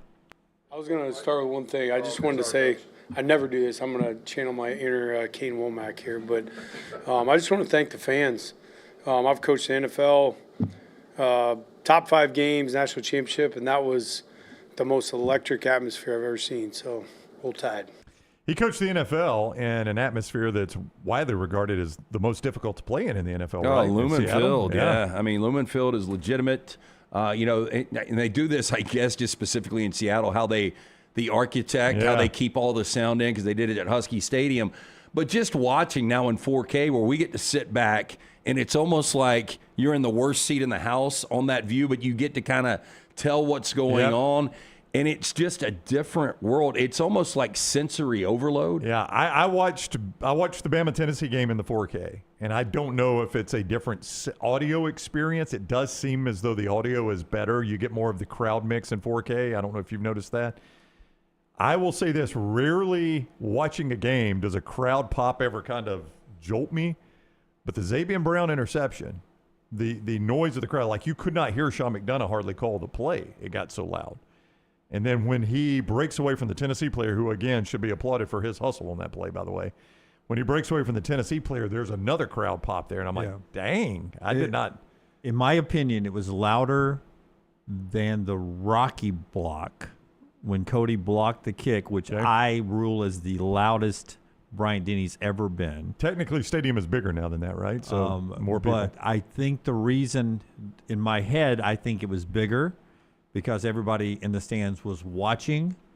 I think you were looking away during Rocky Block, like you didn't want to watch it. Yeah. So I think people reacted. I thought it was louder. I thought it was the loudest moment of my career at Bryant-Denny Stadium. At Bryant-Denny Okay. Stadium. And I I mean, don't know what the again- loudest ever, but I thought when Xavion picked it off and started running with it, I thought it was the loudest I've ever heard Bryant-Denny You know what I Stadium. think has happened? This just pure opinion because I haven't been to a game. Went to a game last year, but I haven't been to a game this year in Bryant-Denny because I left before the game this past weekend. Alabama fans used to be lulled to sleep. I think there was Alabama fans always sit on their hands. Well, because Alabama was up 21-0 in the first quarter. Like, these games are boring. I think Alabama fans realize they've got a really good product where the SEC is, and like almost every other play is like pivotal. You think some of the old guard has died off too? I think there's some of bit of that. a younger crowd. Well, I do believe they do a better job of keeping you engaged throughout with the lights and the music. Herb Street calls it the best game day atmosphere in America. That other game day ops should come to Tuscaloosa and try it. I will tell you, I was at Auburn, Georgia. Auburn, unbelievable too, with the pyrotechnics and the lasers. It's really elite. Both of the places elite. I think it's hard to say this. Alabama fans are hungry. They're hungry for a winner. You know, it's been a while. I know it's hard to say this, but It's been 5 years. They're a hungry fan base. I was thinking that this morning actually, because I was pondering the question: was the Xavion Brown interception the biggest play of the DeBoer era yet? I think Ryan Williams could be. The Ryan Williams catch against Georgia last year. Yeah. Again, you didn't cash that in on a playoff trip, so in hindsight, you're able to look back on that. Could be the tipped pick six against Vanderbilt last year. In the negative way. In a negative way, yeah. I as a guy who, have gone to a lot of games, that was a big moment. And it was loud. All right, let's get to, before we get to our upset alert, as we always do in this segment, show being brought to you by our friends at the Pants Store. The Pants Store gets you ready for game day going on. And let me tell you, they've got all the great name brands like Gentile, Cutter and Buck, Antigua. The polos, the hats, and the quarter zips for all the Bama and Auburn fans. But as you can see on that screen there, if you're watching us on any of the great video platforms, hello, YouTube, you can see ladies' rompers and dresses and the fall boots and all that's there. Bama and Auburn gear for the men and women, but also other stuff that's perfect for the holidays. They've got great stores from Huntsville to Birmingham to Tuscaloosa to Auburn, but you can order anywhere in the world, pantsstore.com, free gift wrapping, and they'll ship it anywhere. It's all right there at the Pants Store, pantsstore.com. And the spotlight, Tyler, we hit that now as we do our upset alert. It's brought to you by Alexander Shinara. Let's get to it, man. Punch that button. The College Football Spotlight. Sound the alarm. College football's upset alert. It is the Shinara Spotlight. We do it every single day here on the show, and it's brought to you by our guy, Alexander Shinara, Trial Attorneys. Shinara.com is the place to go. Shinara.com. For Alexander Shinara, you never pay a dime unless they win your case. You know by now that he not only handles any personal injury claims, you know that, but also fire and storm damage, bad drug and device claims, disability, workers' compensation, a host of other claims. You can find it all at Shinara.com, Shinara.com. All right. If you've been following this segment, you know that at least one, oftentimes two, outright winners in our upset alert. So there's only 5 to choose from, and leading the way is Forrester again. Oh, my gosh. Brown's right there. I'm a distant third now. Boy, any other year, though, I think he'd be leading. Yeah, 5 outright winners in 8 weeks. Is that correct? 5 out of 8 outright winners for Forrester. 4 out of 8, 50% on upset alert, 4.5 points or more. We'll give you the point total and how we scored in a second. 3 for me. LT and Brooks have one. Congratulations, Brooks got his first this week. Way to go, Brooks. Who is your pick? The SMU Mustangs. Way to go, yeah. I don't know how they were underdogs, but good pick by you. They were 9.5-point underdogs. Yeah, good pick by you. It went off at 3.5, though. Oh, but it was 9.5, I think, when Brooks took it. Vizina got the start. Got the start. Yeah, so everybody's doing a great job. The scoring system looks like this. We ripped this directly off, borrow, steal, however you want to phrase it, from our friends at College Game Day and their Super Dog, where 4.5 points is the minimum spread, 4.5 or more. 5 points for the cover, like Brown had this past week. The sack bunt, according to and Scott. then 5 points plus the spread for the outright win. So salty. Yeah. That really bothered him. So that's the upset alert rules. Brooks, you're still in last place, so we'll start off with you, man. What do you got for us this week? I'm going to take a team that has covered 4 weeks in a row. They've had 3 outright wins in a row. I know it's a tall task, but it's a massive spread. The UCLA Bruins plus 25.5. What? What are you against doing Indiana. here? What are you doing, Brooks? 25.5. Yeah. Boy, Hey, he's got to take a swing to get back in this thing. If they get the outright upset, Brooks is right back in it. Hey, and for the record, that's going to be a 9 o'clock a.m. kick. Oh, that's body fine. clock game. That's a massive spread. Maybe I'm just going for the points here. Okay. Yeah. I mean, all you got to do is get it in the point total, and you get 5. Jerry Neuheisel seems like a morning guy. Seems like he wakes up This early. is a wacky football season. I mean, he's got to get up a couple hours early to get his hair done, right? Yeah. Yeah. Does he not look like an animated Disney prince? A little bit, yeah. Like he totally would, could see that. Yeah. Like he would date Elsa. Like the grin is ear to ear, and the hair flows. And the hair flow. Like he would ride in on a white stallion to save Elsa. Yeah. Yeah. That's what Jerry Neuheisel I didn't like looks a lot of the picks this week, so I just kind of took a flyer here that looked like a huge board. spread. It is It's a tough board. week. It's a tough week. I'm going to go with a bad football team. That's how you win points here. Yeah. Against a really good defense. That's what I'm going to do. Smart play. Bad football team but I like home dogs. I like home dogs. I'm going to take Tulsa against Temple this week. Give me Tulsa plus the 6.5. Good flag. Against Temple. The problem is these really good head coaches at golf like Trey Lamb and Hugh Freeze and formerly Trent Dilfer, they don't win football games. Yeah. They're really good golfers, though. Yeah, they can play the game. Brody Foley over the top. 3-touchdown game for him. Brody Wow, for Foley, Tulsa. 3-touchdown game for Tulsa. Shocking Temple. Upset for me. LT? Just because I think both of you guys have done the traditional logo, the Mountain Brook Spartan. I'm going to go old school Spartan. I didn't do a good job with this, but it I was think you really did. difficult. So there was a point in time. You even gave him the stubble. Where Michigan State kind of held the advantage in this series. They won 7-8 between 2008 and 2015. Mark D'Antonio back in those days. They have lost 5 of 7 to Michigan. The bottom has fallen out of this Spartans team. They've lost 4 consecutive games, all by double digits. Do I think they can really win this game? Probably not, but I'm so far behind I need a 20-point surge, and so I'm looking to get it here. Yeah. Crazier things have happened. It is a rivalry game. That was an August pick by me. I told somebody I thought Michigan State would beat Michigan this year, and I think it's possible. Okay, I think it's possible. Yeah, look, I'm hoping it happens. Still don't trust Michigan. Michigan coming off maybe their best game this past weekend. They were dominant against Washington, but we'll see what happens. Before the Brown Bandit pops in here, Brown, you may need to get out of the way. Let's go back to Forrester, who leads the way again. Forrester. Somebody on the Lance's Lock staff is going to take notes on this one. Yeah.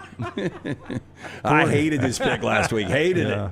5 out of 8 outright winners. Can you make it 6 of 9? Hey, actually, come back to me in a sec. I just screwed up my animation. Oh, no. Okay. Screwed up the animation. What do we do here? We go. Well, here's the scary thing. We go to the Brown Bandit. Okay, Okay, good, because his rhythm was going to be thrown off. We do not I want know. that. We do not want Scott. I mean, if this is like the surfing Olympics right here, somebody's got to get on a damn wave right here. Either you or you. One of you got to move this forward here at this point. Well, Scott screwed it up. I did. It was me. All right, so I too did not like anything on the board this week. Bad board. Bad board. So I just went with something that I thought I could make a funny visual out of. Okay. Take Take notes here, Lance's Lock. Yeah, I don't know. I don't know how much you want to take away from this one. But going into the season, Auburn started with Baylor. I had to listen to a lot of Dave Aranda press conferences. He's a very slow, methodical, tactful guy, very soft-spoken. Yep. So I think he starts his game day, with a little meditation. And then he channels his inner dragon, kicks that Cincinnati Bearcat in the face, and then some locals who really like shiplap. Chip and JoJo! Celebrate.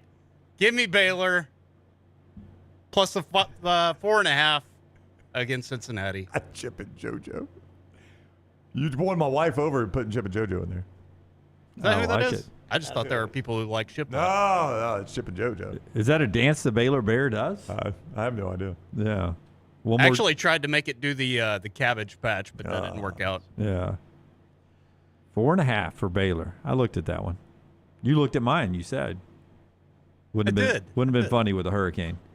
All right. Oh, here's the Brown Bandit, finally. Guys, you get stuck what's in happening? traffic. What's happening? Got stuck in traffic, bad traffic on Highway 280. It's good to be back. Y'all doing all right? Doing good. Good. How was just a cover for you last week? It was sack bunt, I'm told. Just to cover.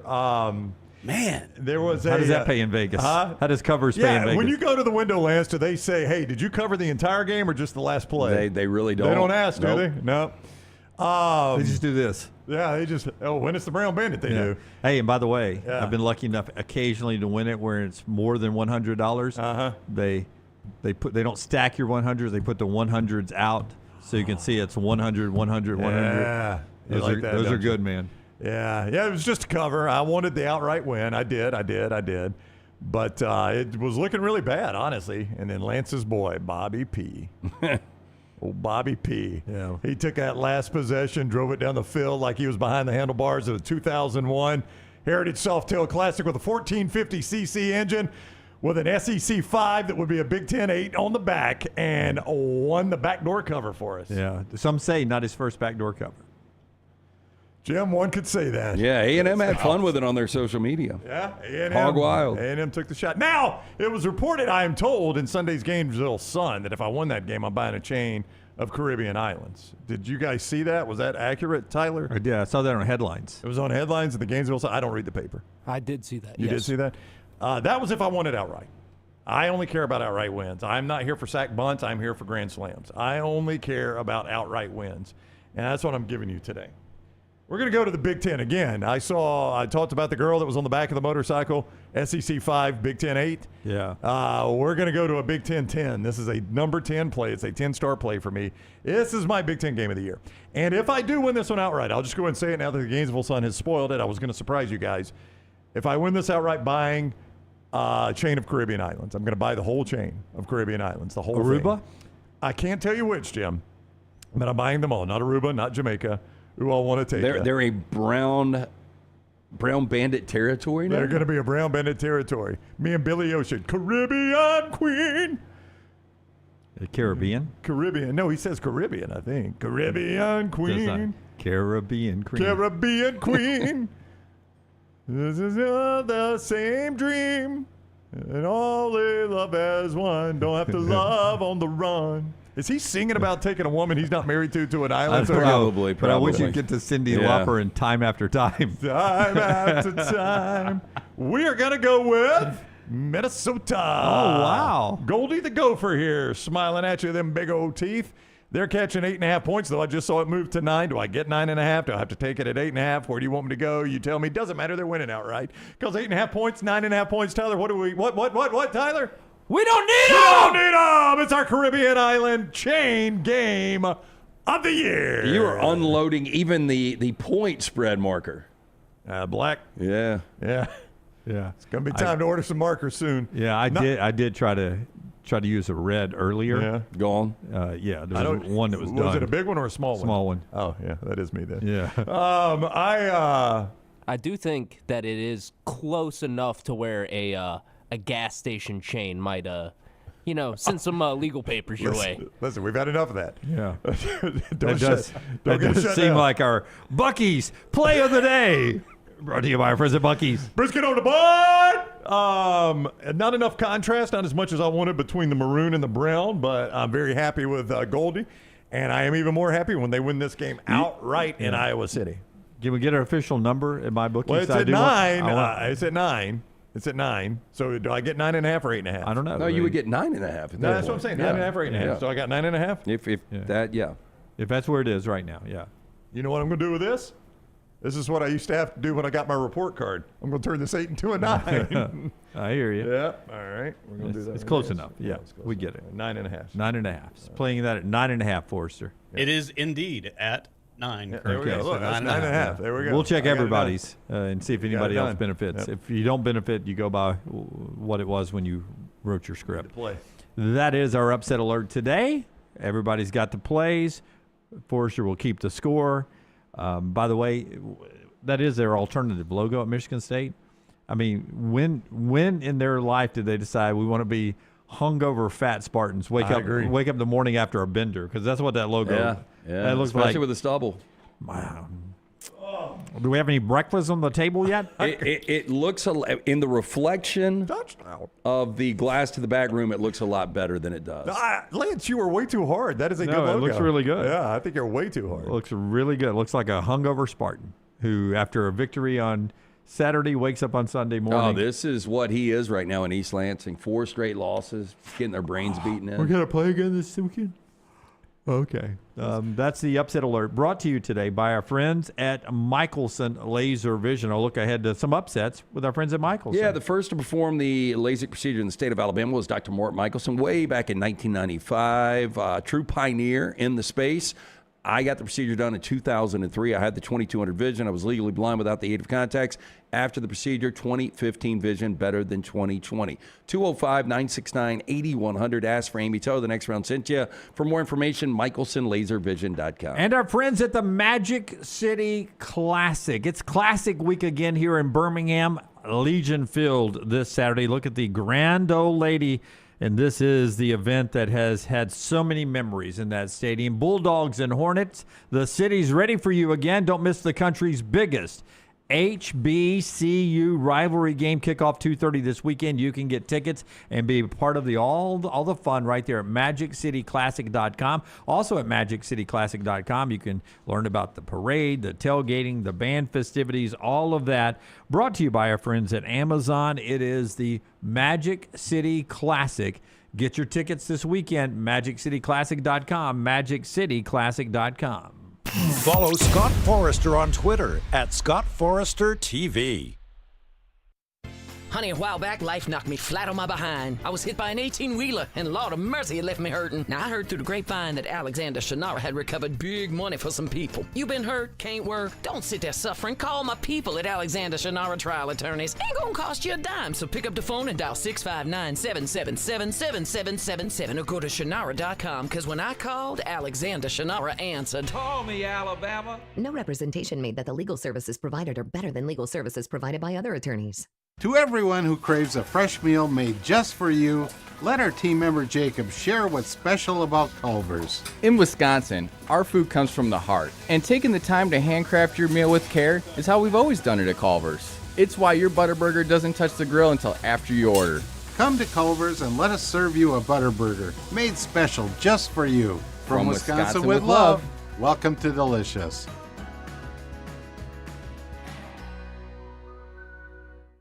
Hey, Lance Taylor from the Next Round to tell you about one of our favorite places for breakfast, lunch, and dinner. That is Hamburger Heaven since 1982. Hamburger Heaven has been serving Birmingham's best hamburgers, cheeseburgers, French fries, hand-spun milkshakes, and sandwiches made fresh to order. All of their ingredients are fresh and prepared daily. This includes their beef, always fresh, never frozen, hand-pattied each and every day. For breakfast, lunch, or dinner, visit any of the 4 locations, Highway 280, Irondale, Gardendale, and Homewood. This hour of The Next Round is presented by the Birmingham Racecourse Casino, now featuring 7 days of giveaways with your chance to win a share of up to $125,000. The more you visit the Birmingham Racecourse Casino, the more chances you have to win.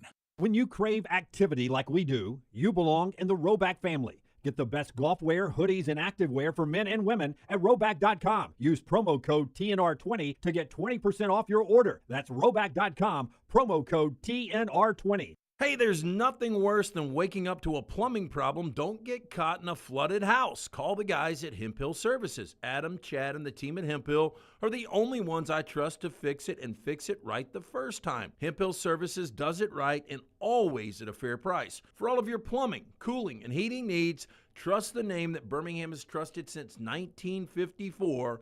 That is Hemp Hill Services. Call now, 205-229-2090. That's 205-229-2090. Get all your favorite Next Round gear all in one place, nextround.store. From our Next Round hats to the logo tees to the all-time best-selling Y'all Can Have the Rest shirt, you can look your best by shopping with us at nextround.store. Take the Next Round anywhere with nextround.store. Catch up on all of today's Next Round on demand through the podcast platform of your choice. Apple, Spotify, iHeart, or Google Podcasts. Wherever you listen, always like, follow, subscribe, and turn on automatic downloads so you never miss any part of the Next Round. Storm season is here. Make sure you have a plan of action in place right now. Greg from Pell City and Storm Restoration Roofing should be your first call when storms hit. Insurance companies love working with Storm Restoration Roofing because of Greg Nelson's name and reputation in the industry. When storms hit, call Greg Nelson. He's local, 205-542-3531. He's the home of the free no-cost roof inspection. Greg from Pell City on Facebook, 205-542-3531. It's Storm Restoration Roofing.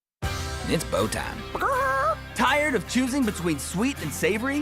Why not have both? Introducing Bojangles' new chicken and bowberry waffles. The bold Cajun chicken filet you love, now drizzled with a bowberry honey glaze and sandwiched between two warm waffles. Which means your favorite meal of the day just met your new favorite dish. And lucky for you, it's served all day. But it's only here for a limited time, so try chicken and bowberry waffles at Bojangles today. It's bow time. Jim Dunaway, Lance Taylor, Ryan Brown. Live from the Birmingham Racecourse Casino Studios, the Next Round, presented by Bud Light, is on now. Hey, final hour of the show brought to you by our friends at Champy's World Famous Fried Chicken, Highway 119 down in Alabaster, where you go see Sterling and the crew down there. Why would you not want to go down there and just enjoy some of the great food that I'm telling you is unlike any other? I mean, you can try fried chicken from wherever you get your fried chicken. It is absolutely delicious here because Sterling makes sure it is always A+ when it comes out. It's brined overnight. It's cooked to order, so it's not sitting under a lamp. It is juicy to the bone. The spicing and the flavoring is delicious. The hand-cut chicken fingers, the same way. All the in-house made sides. And don't forget the Mississippi Delta recipe tamales, that little heat that goes with it. Best tamales ever. You get it at Champy's. Good happy hour, great lunch and dinner location, perfect for tailgating. It's all right there at Champy's Chicken, Highway 119 in Alabaster. Go by and see them. Trent Seaborn, Thompson's quarterback, who is only a junior. He's been playing forever. Buzz could be he reclassifies if he wants to jump into this recruiting season, or maybe he already has. But he made a commitment yesterday to Alabama. And there you see that announcement right there. Committed to Alabama, had offers from everyone. That's 6'1", is that what he's listed at? Yep. Forrester, 6'1". Yeah, it looks a little smaller. Yep, 6'1", 200. Yeah. Saw him in person a few weeks ago. Did you? Yeah, Me too. It looked about 6 feet. How did he play when you saw him? Look, they played Oak Mountain, and Oak Mountain was just overmatched. Different stratosphere for Thompson. How do you look against Vestavia, Jim? 7-3 at the half. Oh, so Vestavia shut him down. And then 4 touchdown passes in the third. Oh, oops. Throwing darts in the third, huh? Yeah, the game was over then. Yeah, he looks comfortable. I mean, obviously he's been playing a ton of football. I saw a stat this morning saying that Seaborn actually has more touchdowns in Jordan-Hare Stadium than Jackson Arnold does right now. How is it that Tyler was the one? Well, who's Thompson's head coach? He's probably got more wins than Hugh Freeze does at Jordan-Hare. For those that don't remember, they play occasionally the state championship games there, and he, I think, was an 8th grade starter when he threw 5 touchdown passes down there. So I had just brought that up at the break, and Jim had seen it, Lance had not. I just saw it at the break, but the fact that you were the one that brought it up, I didn't know if we were going to bring it up on the show or not. But yeah. That is pretty remarkable. He's thrown more touchdowns at Jordan-Hare than Jackson Arnold has. That's wild. Yeah. And someone's predicting a 5-star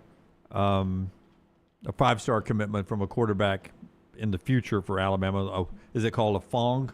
F-O-N-G bomb, a Fong bomb prediction. Steve Wiltfong, I believe, is the old boy's name. Yeah. So maybe not the last or the only quarterback for that quarterback room in Tuscaloosa. And we'll see where Seaborn ends up, but that's part of the conversation there. I want to talk Alabama's resume here with you for a second. And we'll make this our Coca-Cola resume moment of the day. Don't forget, for Bama fans out there, our friends at Coke Zero Sugar want to take care of you. Enjoy the refreshing taste of Coke Zero Sugar, because fan work is thirsty work. Oh, it's delicious. Our friends at Coke Zero Sugar, perfect for game day. Alabama's resume is the best in the country, in my opinion. The Massey ratings, they don't use the AP poll. They use computers at the Massey. The Massey ratings. Top 50 wins by the Massey. Only 3 teams in college football have 4 top 50 wins according to the Massey rankings. That is Alabama. They've got 4. Ohio State has 4. Texas A&M have 4. Nobody else in the country have 4 top 50 wins in the Massey.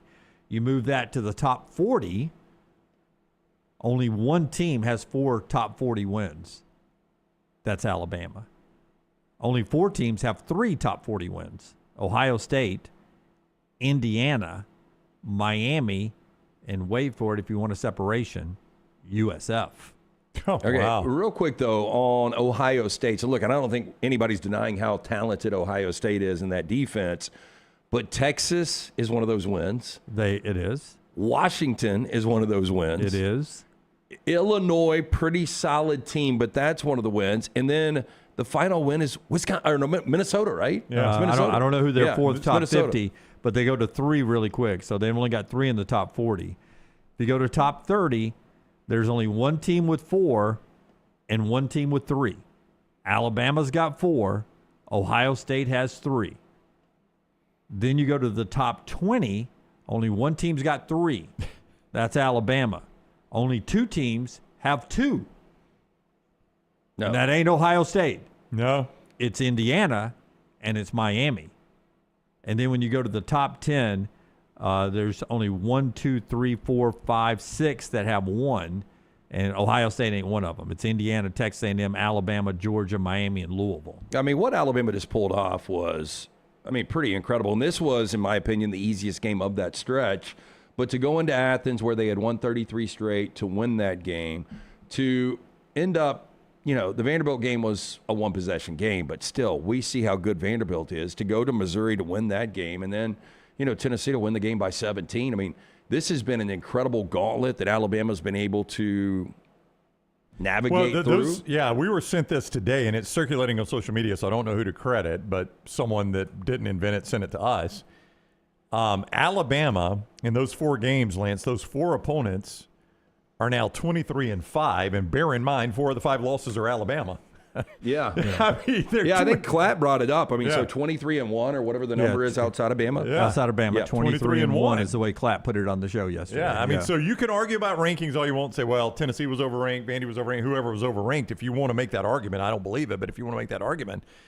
But just look at record. We are in the middle to late October. We're in late October now, and all those teams have 1 loss. All those teams combined have 1 loss other than Alabama. That's pretty remarkable. Well, and by the way, the other loss was Georgia.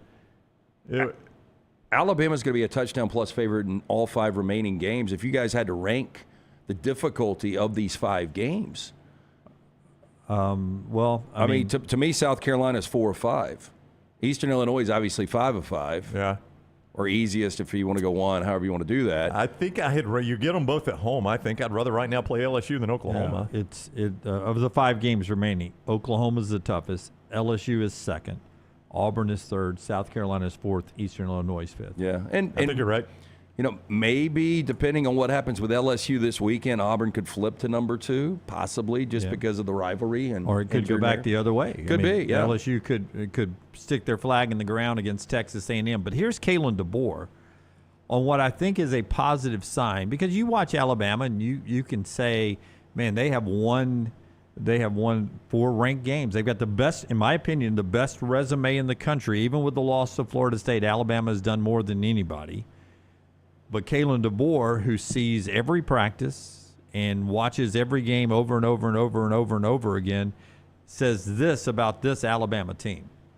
We got to make sure that we understand, how that we're going to be walking into an environment that will get on you in a hurry if you don't bring your best. And, the preparation, again, just the investment of time and the investment of your energy throughout the week, leading to a confidence and an excitement to go out there and make plays and to be our best. I still challenge the guys, and they believe it, that the world hasn't seen Bama's best yet. And, that's really what we're striving to do. And when you keep it just really as simple as possible on that, have great preparation, and everyone caring about what we're trying to accomplish, you have that edge.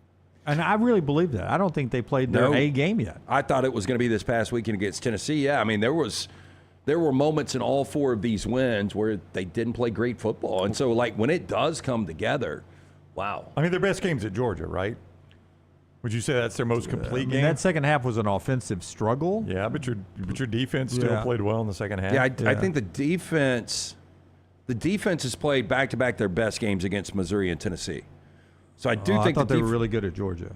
Well, no, I think 3 straight. Yeah, I agree with you, but I think your best 2 are probably Missouri and Tennessee. Well, even now when you start looking at Vanderbilt's got a top 10 scoring offense, and they held Vanderbilt to what, 16 points? Yeah. 2 crucial red zone turnovers.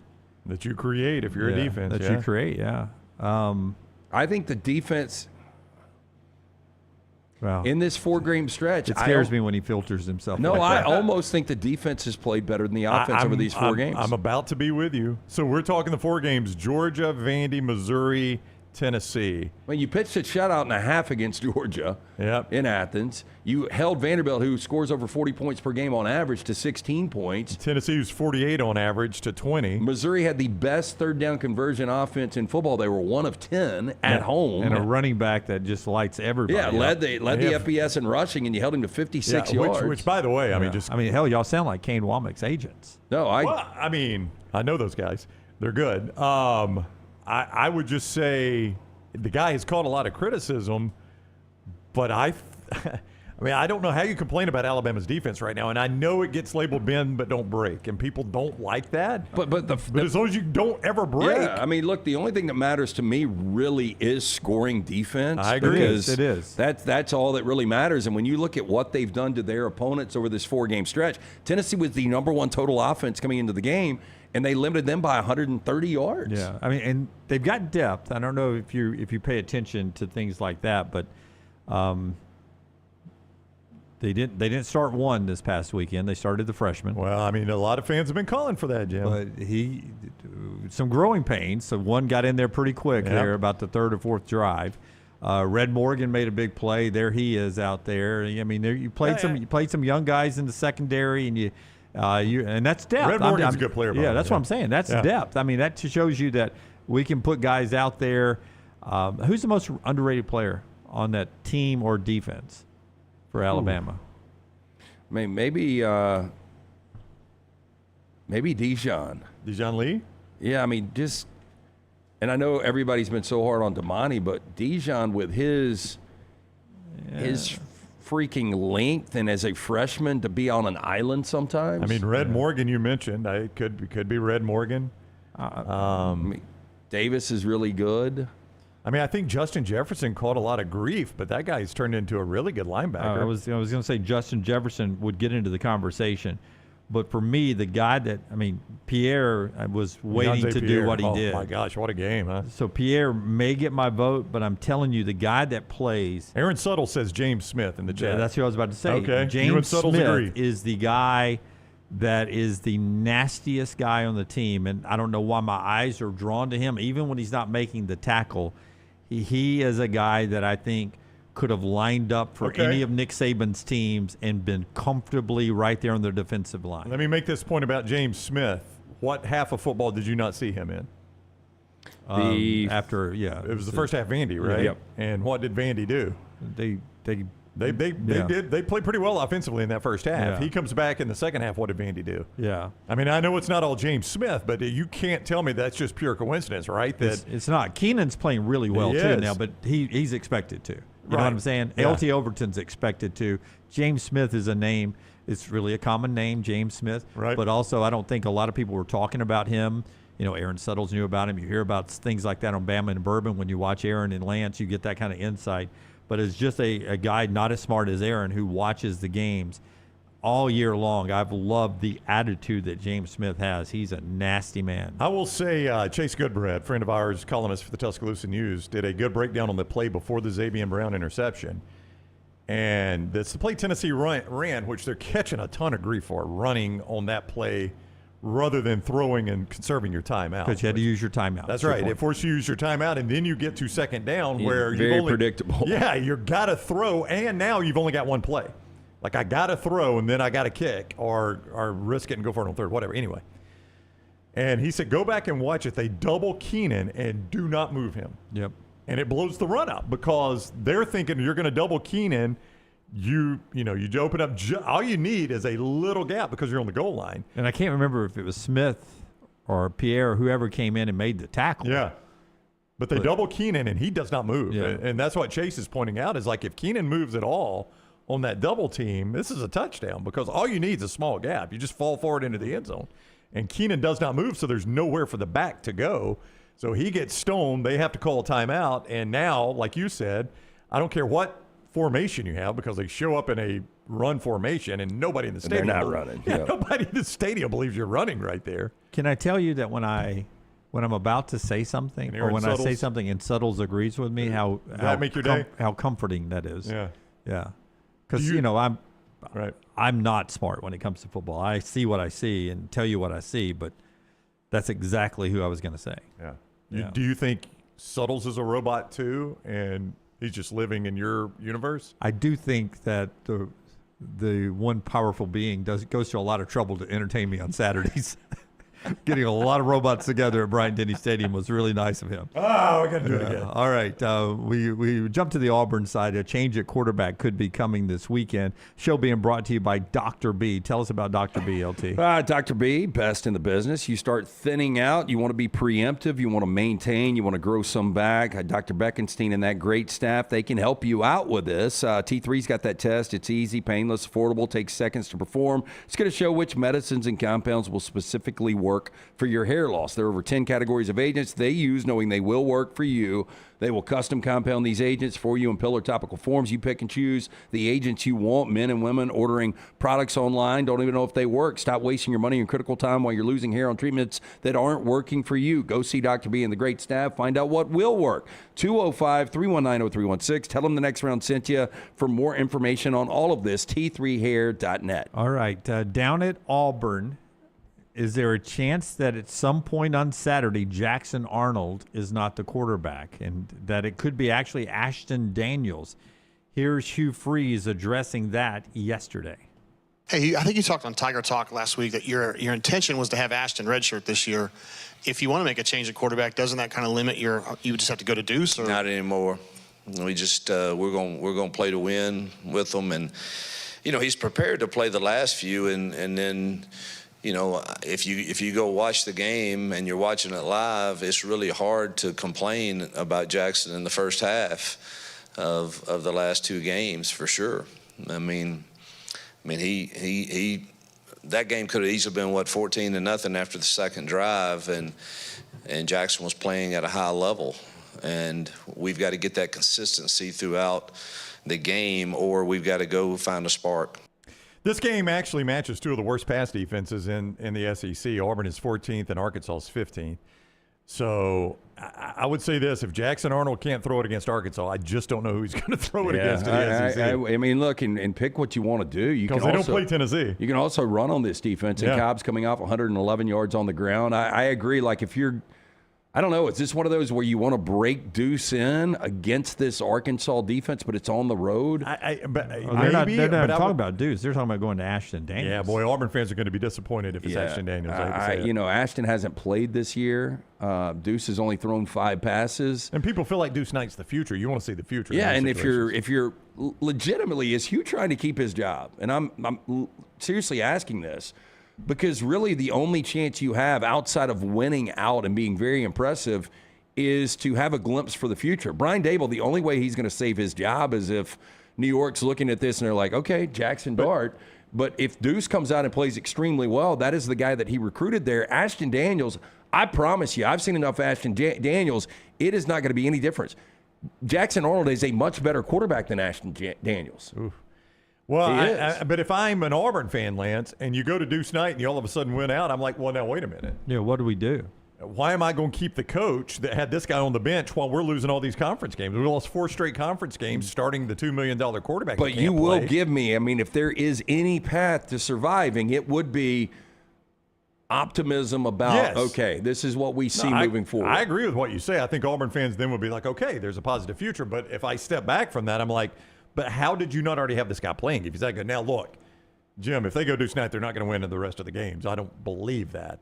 I just think if Auburn fans aren't making the decision here, it's the coach. And I assume, wouldn't you, based on that answer, they assume Ashton Daniels is significantly better than Deuce Night. It doesn't appear to be close, right? Because if it's close, I don't think you would answer it that definitively. I mean, there's a reason Ashton Daniels is apparently QB2. If I would have told you he didn't bring up Deuce. Never mentioned the answer. Yeah. I just don't know why you would play Ashton Daniels at all. Apparently he's better. I mean, don't you think? Or they think he is. I mean, boy, I watched too much Ashton Daniels at Stanford last year. Now, it was Stanford, so you got better players around him, but you're going against much better players. If you want to see a glimpse of the future, I would give Deuce Knight the opportunity. Now, if I would have told you guys through 7 games that Jackson Arnold's completing 64% of his passes, only 1 interception, you'd feel decent that Auburn won some games. I don't think they'd be going 4 in conference. Then I would ask you to tell me Cam Coleman's receiving yards on the year. Yeah, not great, 413. Yeah, so we're going to end up under 1,000. Yep. Then I would ask you, okay, if Cam's not catching balls, how much is Singleton? Eric Singleton. Where's Eric Singleton? Man, he has been He's disappeared. Where is he? Well, he's got 311 receiving yards and 2 touchdowns. How many rushing? 41 rushing, no touchdowns. 41 rushing yards. So he's got right at 350 total yards and 2 touchdowns through 7 games. I just don't know. So he's averaging 50 yards a game and then a touchdown every. See, that's 2 or 3 games. the invention I want. This is the invention I want. Okay. I want to get back all the time we waste in the off season talking about things that don't really happen in the real season. That if we could get that time back in your life. What did we talk about the day? No, but I mean, the Eric Singleton. But you've got to speculate. I thought he was going to be Auburn's best receiver. Yeah, I mean, if you would have gone and asked any guy that follows recruiting who is the best portal get for the Auburn Tigers, I mean, they would have gone Singleton over Jackson Arnold. Can I just say we're not done yet? He's only 100 yards behind Cam Coleman. Well, I'm just saying that. 100 yards behind Cam, that's like 4 passing games for Jackson Arnold. But is he flirting with New York City right now? Like a lot of people. No, but I've never said that. I'm not saying you specifically. I'm saying the industry. It's a shot at you. No, it's the industry. We all talked about Eric Singleton. No, I thought it was a great game. Can we get back all the time we talked about this Clemson team? You know what I'm saying? Yeah, my fear for Eric Singleton. I'm going to dress up like a wizard one time in the offseason. Why don't you do that for Halloween? And that's what we'll do a segment where I grant back time we wasted talking about last offseason. Maybe we can learn for it and not waste that much time in this upcoming offseason. My fear for Eric Singleton turned out to be true. I didn't think Auburn had a quarterback that could get it to him or Cam Coleman. To be entirely fair to Jackson Arnold, though, the 1 interception, Cam Coleman drops a touchdown pass. I mean, that ball is right in his hands, which might have surprised him. And it's a TD. I mean, he walks down the sidelines, and then boom, right after that, you throw an interception. But then Jackson Arnold has missed Cam on he has. a lot of wide open shots. Again, that's why I said it might be a surprise. LSU's portal. We talked a lot about that. Oh, yeah. Okay, we get that time back. We could get that time back. What else did we screw up? Oh, the list is long. Hey, Dabo's got to be loving the coaching firings that are going on. Because, again, I don't think he should ever be fired, but the best days are behind Dabo. Well, again, you can say that, Lance, because... Just because you brought Clemson up. No. You can say it about Dabo, and it's fair to say because Dabo has publicly stated he's not going to do it like everybody else. He's not going to lean on the portal. He does not like NIL. Literally said, the day players start getting paid, I'm going to retire. Now, he didn't back that up. But this is a guy that has been openly anti what is actually working for teams in college football. Like, can you imagine Kirk Cignetti? He's probably going to be in playoffs back-to-back saying, we're not going to do it through the transfer portal. No. It's had him in the playoffs 2 straight years now, the transfer portal. I mean, so the 3 active coaches that have won national championships, Ryan Day, he's going to win another. Yeah. Kirby Smart, I feel like he'll still get another. Dabo has no shot. Yeah. You did not feel that way in the offseason. No. No, I did not. But I am 100%. I'm still. I don't know about Kirby. It seems a little tricky. Yeah, I mean, it it feels like. So you see what just happened here. What? As I turned to the folks at home, I was willing to be a wizard and give them back time they wasted on talking about stuff, and now we're doing it again. So what are we supposed to talk about? I don't know. Lane Kiffin. Let's talk about Lane Kiffin. This is Lane Sound of the Day, brought to you by friends at New York Butcher Shop. From hot yogurt Lane to just hot on the grill, great meat. That's what you get at New York Butcher Shop. Reached out to our friend Jim, picked up a couple of those fillets dusted, did some of the baked beans, did sweet potatoes on the side last night. He had a couple of slices of apple pie that I picked those up for dessert. Great bottle of wine last night. Fantastic meal. Do you have an open tab there? Like you just walk in and they just give it to you? Nope. Yeah, nope. Man. I pay every time, but I do like to have it go on and get dusted because that place can get crowded sometimes. Oh, yeah. yeah. I mean, they're quick, they're very efficient, but I know what I want. Well, so there's never not 5 people in there when I go in there. No, and which is good. They're literally pulling out the side of beef and slicing it Oh, for yeah. you. So I You mean, see it's them not, do it, Yeah, yeah. I mean, Yeah, it's not so- like they just got a steak wrapped in a cellophane ready to rock. Jim was at the Cabo Heights location. I went to Highway 119 in Greystone. Art was there. He was the guy that dusted them up. But just a fabulous meal watching Monday Night Football, watching Game 7 of the ALCS last night. But pick up some of these great steaks, some of the smash burgers. If you just don't want to do any of the work yourself, they've got the pre-prepared casseroles right there. You can also pick up the deli sandwiches. Rare quality, well-done service. It is the New York Butcher Shop. See, I was trying to get it where I could walk in one time and say, LT's tab. Yeah, He probably would run a tab for you. Put that on LT's tab. No, right he there. wants I- your tab.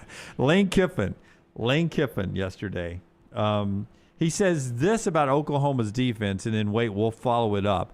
This is what every coach said about Brent Venables all the way back to his days at Clemson, what made Brent Venables good. And again, what Lane is about to tell you out loud is not illegal, but Lane knows the DNA of Brent Venables. Here's Lane Kiffin on the Oklahoma defense. They're playing not as well. They're playing better than any defense in the country. And they basically shut everybody down. And phenomenal. I mean, they got games, as you guys know, TV copies player. I'm walking by their last week's game, South Carolina, and South Carolina's 0 of 10 on third downs, at the point of the game. So they've done an amazing job. And he just somehow gets the information to the guys, and they do a great job of playing plays. They just do things that are very abnormal when they see plays that they think are coming and go to take away and go to pick them off. Yeah, so wow, how does he do that? Well, he gets a follow-up from our buddy Neil McCready. Okay. And Neil McCready asked, cut 12 here, you need to elaborate on what Oklahoma does to know what's coming, and this is a great back and forth because this is the legal part of sign stealing. It's legal to do what he's doing, but he absolutely says he does it. I was wondering if you could elaborate on what it is that you think they're able to do to sort of know what's coming sometimes that other teams don't seem to be able to do. Well, I think that's two-part. I think one, it's phenomenal prep. A film study of signals. I mean, as I just tell you how it is. I think they do a great job of that. So if you study people really well, tendencies, and then you have enough confidence as a coach to go after those, that seems what he does. And seems like, they've got a really good beat on the plays that are coming when they're called. Hugh Freeze coming up here. They do a here. great job of going and taking those away. I mean, you look at the Auburn game. I mean, I told Hugh after the game watching it, I mean, you might want to switch the signals. Like, it looks like they have the plays. The middle safety's running down to steal slants, which is very abnormal. You may have just answered my next question, but do you get with that in mind? Do you have to kind of shake everything up from a signal standpoint this week, or do you do that every week anyway? Watch this. No, we're going to keep our same signals. I guess I was wondering, do you do that every week, or is that something that you have to specifically address because of who you're playing? Yeah, that's a really good question, and competitively, I can't answer that for you. Now how good is that? Now that's a great job by McCready there and Lane on the way he answered all of that. That is great insight because what you do, because Lane told you, I'm watching the tape, and their safety comes down at a slant that a safety would never do in 100 years unless they have your signals and they believe that your signals are real signals. So I'll go back to Alabama and Oklahoma last year. And remember after the game, we got people saying, and I saw it on social media and then people in the chat on the show were saying it, is Jalen Milroe was tipping plays. Feet staggered, run, feet together, throw, right? Yep. That's film study, but yes. It's film study, but hang on, I'm getting to something. That's film study. So I reached out to somebody that I know watches an immense amount of college football tape on a week-to-week basis because of their job. And I said, hey. Would he be the film guy? No, it's not Brooks. I said, hey, but he would have caught it. I said, hey, have you watched Bama, Oklahoma yet? And I told him why. I said, we got people that are telling us that Milroe was tipping plays. He goes, I've not watched it yet, but if he was doing anything to tip plays, nobody's going to catch it quicker than Brent Venables. I said, really? And he said, look, Brent Venables gets labeled as this genius defensive coordinator. He goes, Brent's a good defensive coordinator. Brent's an elite sign stealer.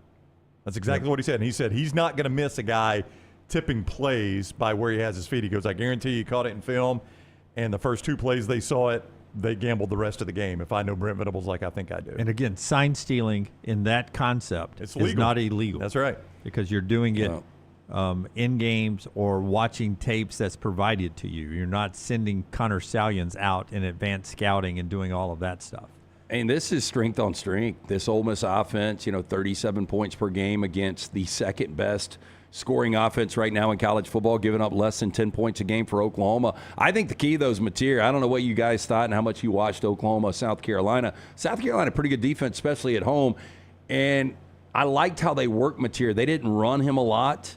It was short, safe passes, making sure he doesn't turn the football over. We're moving forward. He's got a lot of confidence. But I think, the key here is going to be how well Mateer can play against Ole Miss's defense. I think from a broader standpoint is the college football playoff implications here. If Ole Miss wins this game, now keep in mind, Ole Miss was in a position to get in the playoffs and lost at Florida last year, so anything can happen. But if Ole Miss wins this game, it's really difficult for them to miss the college football playoffs and maybe even miss Atlanta. Well, you heard Clay say that, and I did think one of his points that we can get on we can talk about this whenever, like how difficult it is to hire a coach that is involved in the college football playoff because you don't know how long this thing's going to go. So this could be butterfly effect. This could outfight this. And you look at the remainder of their schedule right there, Jim. If they win this game, they only play South Carolina, the Citadel, Florida, and State. I mean, that is a very beneficial schedule, maybe with a loss in hand, too, that they could absorb. So, this probably punches their playoff ticket in reality. I really wanted to go Ole Miss again, but they burned me last week. I didn't want to do it back-to-back weeks. But here's the thing. What's going to be on the resume, really, depending on what LSU does moving forward? But they're a one-loss team. It didn't matter with Indiana last year. Indiana had nothing on their resume. They were a one-loss power conference team. They're in. Now, Scott, on the other hand, Oklahoma. If Oklahoma loses this game, boy, is it a brutal – I don't know. There's really no path for them because the remainder of their schedule is if they win the games. No, I said if they lose this game. Oh, Jim. If they lose this game, they've still got to go to Tennessee, go to Alabama, host Missouri, and host LSU, and they cannot lose another one. That defense could lose to Ole Miss and beat all those teams. What? But is it likely? No. No, I mean, that'd be the best stretch of football we've seen since what Alabama's doing right now. The last 4 weeks. Yeah, we just said, though, Alabama's toughest game left in their schedule is Oklahoma. There's no doubt. Yeah. But, I mean, if I'm Oklahoma, all right, if you're Brent Venables or an Oklahoma fan, do you want to have to win all 4 of those games? I mean, that is brutal. No.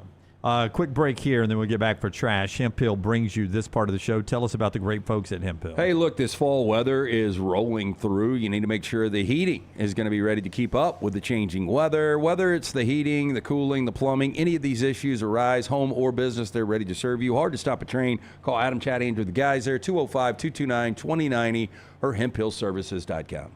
Follow LT on Twitter @TheLanceTaylor. Honey, a while back, life knocked me flat on my behind. I was hit by an 18-wheeler, and Lord of mercy, it left me hurting. Now, I heard through the grapevine that Alexander Shannara had recovered big money for some people. You been hurt? Can't work? Don't sit there suffering. Call my people at Alexander Shannara Trial Attorneys. Ain't gonna cost you a dime, so pick up the phone and dial 659-777-7777 or go to Shannara.com, because when I called, Alexander Shannara answered. Call me, Alabama. No representation made that the legal services provided are better than legal services provided by other attorneys. All right. It's a beautiful day for football here at the stadium, and we're just about ready for kickoff. Score 0-0. And suddenly, I'm in the mood for a Coke Zero Sugar. Real Coke taste, zero sugar. Now that's a winning combo. Yeah, crisp, refreshing. That hits the spot. When it comes to great taste, Coke Zero Sugar's always on the scoreboard. Coke Zero Sugar. Real Coke taste, zero sugar. There's only one Champy's world-famous fried chicken. Poor boy's tenders, full fried chicken plates, and a little bit of the Mississippi Delta with chicken on a stick and hot tamales. On your way to or from the big game on Highway 119 in Alabaster, stop by Champy's Chicken. Twin Peaks is the best in the game. Here, you're in the red zone for every college rivalry and divisional matchup all season long. I mean, where else are the scenic views as good as your view of the game? Only at Twin Peaks, the #1 sports bar. Get all your favorite Next Round gear all in one place. NextRound.store. From our Next Round hats to the logo tees to the all-time best-selling Y'all Can Have the Rest shirt. You can look your best by shopping with us at NextRound.store. Take the next round anywhere with NextRound.store. Hey, for all of your IT and printing needs, reach out to our friends at Xerox Business Solutions. Look, I'm still one of those old school guys. I print my notes every single day for the show. If you watch the show here on the Next Round, you see all the notes in front of me. From day one, Xerox Business Solutions, they've been with us here at the Next Round. Local for over 45 years. For all of your IT and printing needs, visit XeroxBusinessSolutions.com or call 205-969-3000. That's 205-969-3000. Hey, Lance Taylor from the Next Round to tell you about my friends at Michelson Laser Vision, located conveniently UAB Highlands. Almost 20 years ago, I went in for the procedure. Only took 12 minutes for both eyes. When I went in, I had 20/200 vision. I was legally blind. Now I have 20/15 vision, still 19 years later. Make the call today. Schedule a hassle-free consultation. 969-8100. Dr. Mark Michelson, Dr. Jen Michelson, Michelson Laser Vision. Make sure you tell them the Next Round sent you. 969-8100 or MichelsonLaserVision.com. Never miss anything from the Next Round when you listen on demand through the podcast platform of your choice, Apple, Spotify, iHeart, or Google Podcast, wherever you listen. Always like, follow, subscribe, turn on automatic download so you can catch every part of the Next Round. Listen anywhere in the world, anytime on the Next Round podcast feed, and support the show by following, subscribing, and turning on automatic downloads on any podcast platform. Listen anywhere in the world, anytime on the Next Round podcast feed. Thanks for always making the Next Round a big part of your day. It's bow time. Tired of choosing between sweet and savory? Why not have both? Introducing Bojangles' new chicken and bowberry waffles. The bold Cajun chicken filet you love, now drizzled with a bowberry honey glaze and sandwiched between two warm waffles. Which means your favorite meal of the day just met your new favorite dish. And lucky for you, it's served all day. But it's only here for a limited time, so try chicken and bowberry waffles at Bojangles today. It's bow time.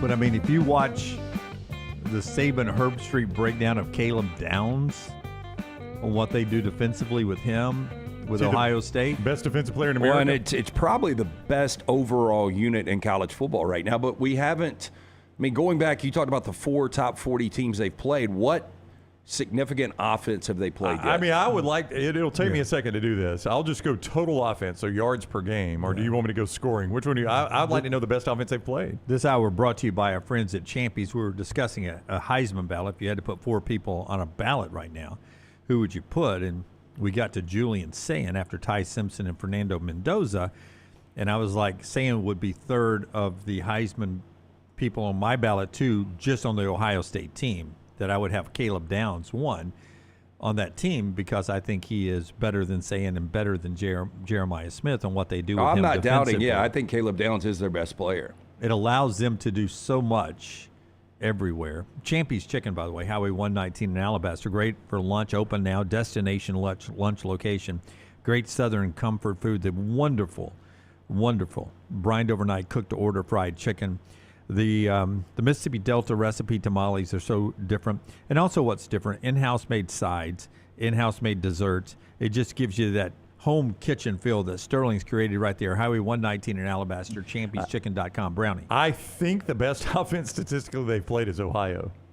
Ohio is, and I could have missed one, so please don't hold me to this, but Ohio is 41st in the nation, averaging 427 a game. I think that is the best offense Ohio State has Washington. played. Yeah, but I mean, Damon Williams, as good as he is, was awful this past week, and he's still such a young player. I mean, it probably is Washington. If not, it's probably Illinois. But I mean, it's just not great offenses. Yeah, I miss Washington. I mean, they're only a little bit in front of Ohio, but they are in front of them. I'll tell you another. Ohio skewed stats because of who they're playing. Well, sure. Yes. I probably would actually have Diego Pavia before saying. Can you imagine? They'd be close though. Can you imagine? Yeah, that offense has been great. I know, but can you imagine a Vanderbilt quarterback being a Heisman finalist? Trash time, and then we'll wrap up sports. Brought to you by our friends at Storm Restoration Roofing. Greg from Pell City. Glad to bring you trash today, and he wants to make sure that your roof's not trashy. When's the last time you had that roof inspected? That's what you get from Greg from Pell City, absolutely free. Like he'll come out and give you a free, no cost, no obligation roof inspection. That's huge, right? That's free right there. And Greg can help you with a variety of other ways to save money with your roof. Get more details of what he can do for you on his website, stormrestorationroofing.com. Or you can call Greg Nelson up on his cell phone, 205-542-3531, 542-3531. Or if you don't want any human contact, you just want to contact him on Facebook, you can do that as well. Greg from Pell City, A+ rated with the Better Business Bureau. They handle storm damage, roofing replacements, and Greg has a builder's license too, so he can help with restoration and repairs right there. Great with insurance agents because he's been doing this for over 20 years. He and his wife Andrea run the company. The kids, 10 of them, a lot of them help out with the company. So local guys taking care of you. Greg from Pell City, 205-542-3531, or our friends at Storm Restoration Roofing. Now, the women love you when you get out there. Why do you think that is? What'd you say? The women love you when you get out there. Why is that, ladies? Well, I'm asking you. Huh? Because I Why look do you think good. that is? You I look smell good. I feel good. And you sing good. And make love good. Oh, well, there we are. We don't have to ask anybody else. We got that from the source. There you are. LT's Trash is presented by Bud Light. Easy to drink, easy to enjoy. I will tell you, one of the more disturbing trailers going around is Begonia. Never heard with of Emma Stone. Emma Stone. Whoa, that's Emma Stone? Yeah, she can be cute at times, but not right there. Boy, that's rough as a corn cob. I mean, she's playing a role. Yeah. Oh, yeah. I'm aware. Yeah. And in the trailer, they actually show her head being shaved. Yeah. Oh, so no, she's wearing a cap right there, right? She didn't really shave her head. She shaved her head for this. Absolutely. You can't wear a cap for that you role. can. No, you can't. Why? Who else Okay, so for the upcoming film Begonia, a special screening is being held in L.A. Brown is yesterday. still doing films in 1955. Put on the cap. Bald caps. Put on the cap, young lady. Attendees must be bald or shave their heads to watch it. The moviegoers who participate will match Emma Stone's bald-headed character in the film. Do LA's Instagram posted the requirements with a caption that reads, in part, have hair, ? Now, a barber's going to be on site starting at 6 p.m. to shave it all off. Screening start at 8 p.m. This is real, and yes, part of it will be filmed. The screening will take place at the Culver Theater. Participants have to RSVP as the tickets. Welcome to first Delicious. come, first served, and 18 plus only. I'm telling you, I like to. My hair's gone. I have to buzz it down every other day. You could walk right I in. can just go in, get a free buzz down. That's Save right. me a little time. Hey, kids. Do I have to stay for the movie? Now, I know Jesse Plemons is in it. Go ahead, Brent. Fat Matt Damon. No, I just need somebody to summarize the plot. That's what I was going to. It's very, very strange. She's obviously tied up there. I can see So those. Emma Stone plays a tech CEO based on what's her name? The lady that went to jail for the scam a few years back. Oh, Elizabeth something. The one we watched the show about. Talk like this. Yeah. And that was a good show. The weird voice. Yeah, so her character is based on that person. Can't say her and name. Jesse Plemons. Amanda Seyfried was Jesse Plemons and Jesse Plemons' friend play two conspiracy theorists who believe she's an alien that's been sent to take over the human race. So they've got to put a stop to it, and they kidnap her. Hey, it turns out Fat Damon is a pretty good actor, isn't he? Oh, yeah. he's great. He is. Yeah, that's kind of wild. Oh, he's a very good actor. I liked him in Game Night. Game Night's great. Yeah, the Jason Bateman movie. He plays such a good part. So in that. I only saw the first season of Friday Night Lights, but if you went back with that cast and you said the most successful actor is going to be Jesse Plemons. Yeah, you never would have guessed it, would you? Yeah. Everybody was hyping up Taylor Kitsch. Yeah. Everything he's done has been a flop. Yep. You feel a little better after he kicked for the rival high school there in Texas and made that big field goal. Oh, was he a kicker in it? Yeah, when he went to the other school. Oh, so I didn't make it that far. So Fat Damon transfers in this. He goes over with the coach. And I would have thought the Minka Kelly would have. Yeah, boy, she seemed like the breakout star. She did okay. Well, she dated Derek Jeter. Yeah, I think if she just would have held out, she probably would have gotten better roles. I don't know what other roles she had. I know she dated Derek Jeter for a minute. Of course, that is not an exclusive club, by the way. So there is no better way to test how much people care about you than by staging your own death. Yeah. Now, we saw this with Richard Lewis and Curb Your Enthusiasm. Very, very funny episode.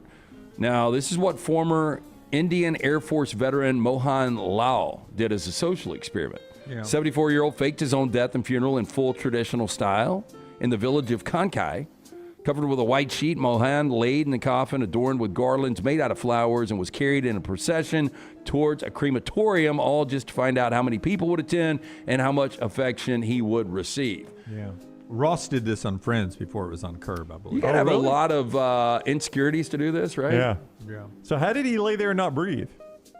Well, you put enough wrapping so you can hide the breathing. So you can just like short breaths. Now, believing that the funeral was real and the veteran had actually passed away, hundreds of neighbors and friends poured into Kankai to attend. At the end of the procession, the dad of two rose up, showing that he was alive.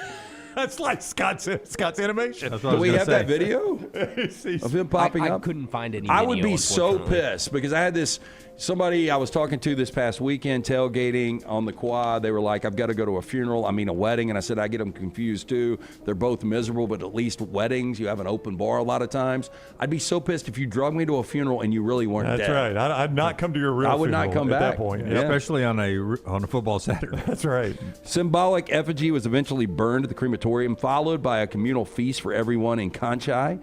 Mohan had previously funded and built a well-equipped crematorium in the village to address the difficulties of the funeral services during rainy seasons. That was a home game for him. Kanchai. Yeah, I tell you, I don't like this guy. If he wanted to know how well people liked him, I might have liked you before. He looks like a local business owner that's one of the biggest dicks I know. You know what I'm talking about? I do. Yeah. I saw him, by the way. Kept walking. I don't know why we're having this meeting.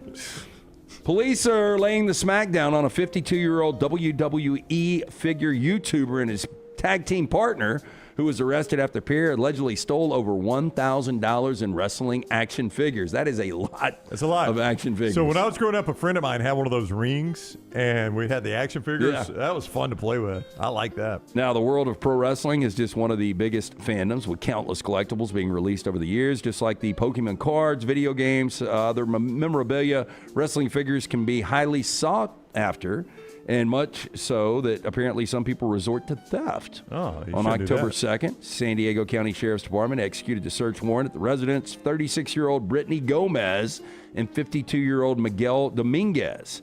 Their alleged crime, stealing over $1,000 worth of WWE figures from Walmart and Target. Now, according to the E-Wrestling News, inside of the house, officers found hundreds of stolen WWE figures that you see right there. Miguel Dominguez, also known as the Gizmo 619, is a known figure in the internet wrestling community. His Instagram account has over 20,000 followers, but his YouTube channel appears to have since been taken down. Whoa. That's a shocker. How about that? Yeah, imagine that happening. Yeah, YouTube channel taken down. That's quite a punishment. I play these things forward all the way to tight shot on Bram. What? I play these things forward. I play these things forward to cell block C when Gizmo 6932 is sitting there and some big guy slides up to him and says, So you're in for playing with dolls, huh? You want to tell you my favorite wrestler was? So you're known as the Gold Coast Grappler? You remember the camel clutch? Yeah. I loved early 80s WWF, though. The Iron Sheik and Hulk Hogan and Randy Macho Man Savage. They were great characters. So I could just never really get into it. It's so entertaining back in the day. I mean, I watched it for like 3 years of my life. It didn't last, but those 3 years I really enjoyed it. Now, I love the Dark Side of the Ring, going back and seeing some of the documentaries, and the Andre on HBO was really, really good. Instagram scientist has gone viral after creating a rather heavy phone case that means he stops scrolling aimlessly. Now, for years, smartphone users have been trying to find creative solutions to cut down their screen time, especially as phones have started doing weekly reviews on app usage and screen time. Yeah, I get that every Sunday. You know when mine comes? Every Sunday at church. I get that buzz that tells me how much screen time I had all. I don't know if it's God like trying to get my attention that I'm on TikTok too much. Maybe that's it. See, it hits me at church every Sunday. How do you get your screen time? My phone tells me. No. Do you not get an alert? I mean, I might. Interesting. Let's see. How do we figure out? It's in settings somewhere. Tyler? So who do you think I've got an Android. I'm assuming settings and then display. It just says screen time. Yeah, mine just says screen time. Yeah. Who do you think's got the most screen time? It's going to be, I don't know. I'm on TikTok a lot. I'm afraid to look at mine. I don't know when this started. Oh, it just started Sunday, Monday, Tuesday. See, mine comes every Sunday. So Ryan, you have an alert opted in for it. You have to opt in to get the alert. Oh, so really? I've got I didn't do that. So daily average, right? Yeah. 3 hours, 14 minutes. Okay. What's your daily average, Brown? I can't find it. Where'd you find it? Oh, screen time. There it is. Daily average 5 hours and 35 minutes. Hey, and you want what's even worse? That's down 16% apparently from last week. Mine's down 10%. And you're what?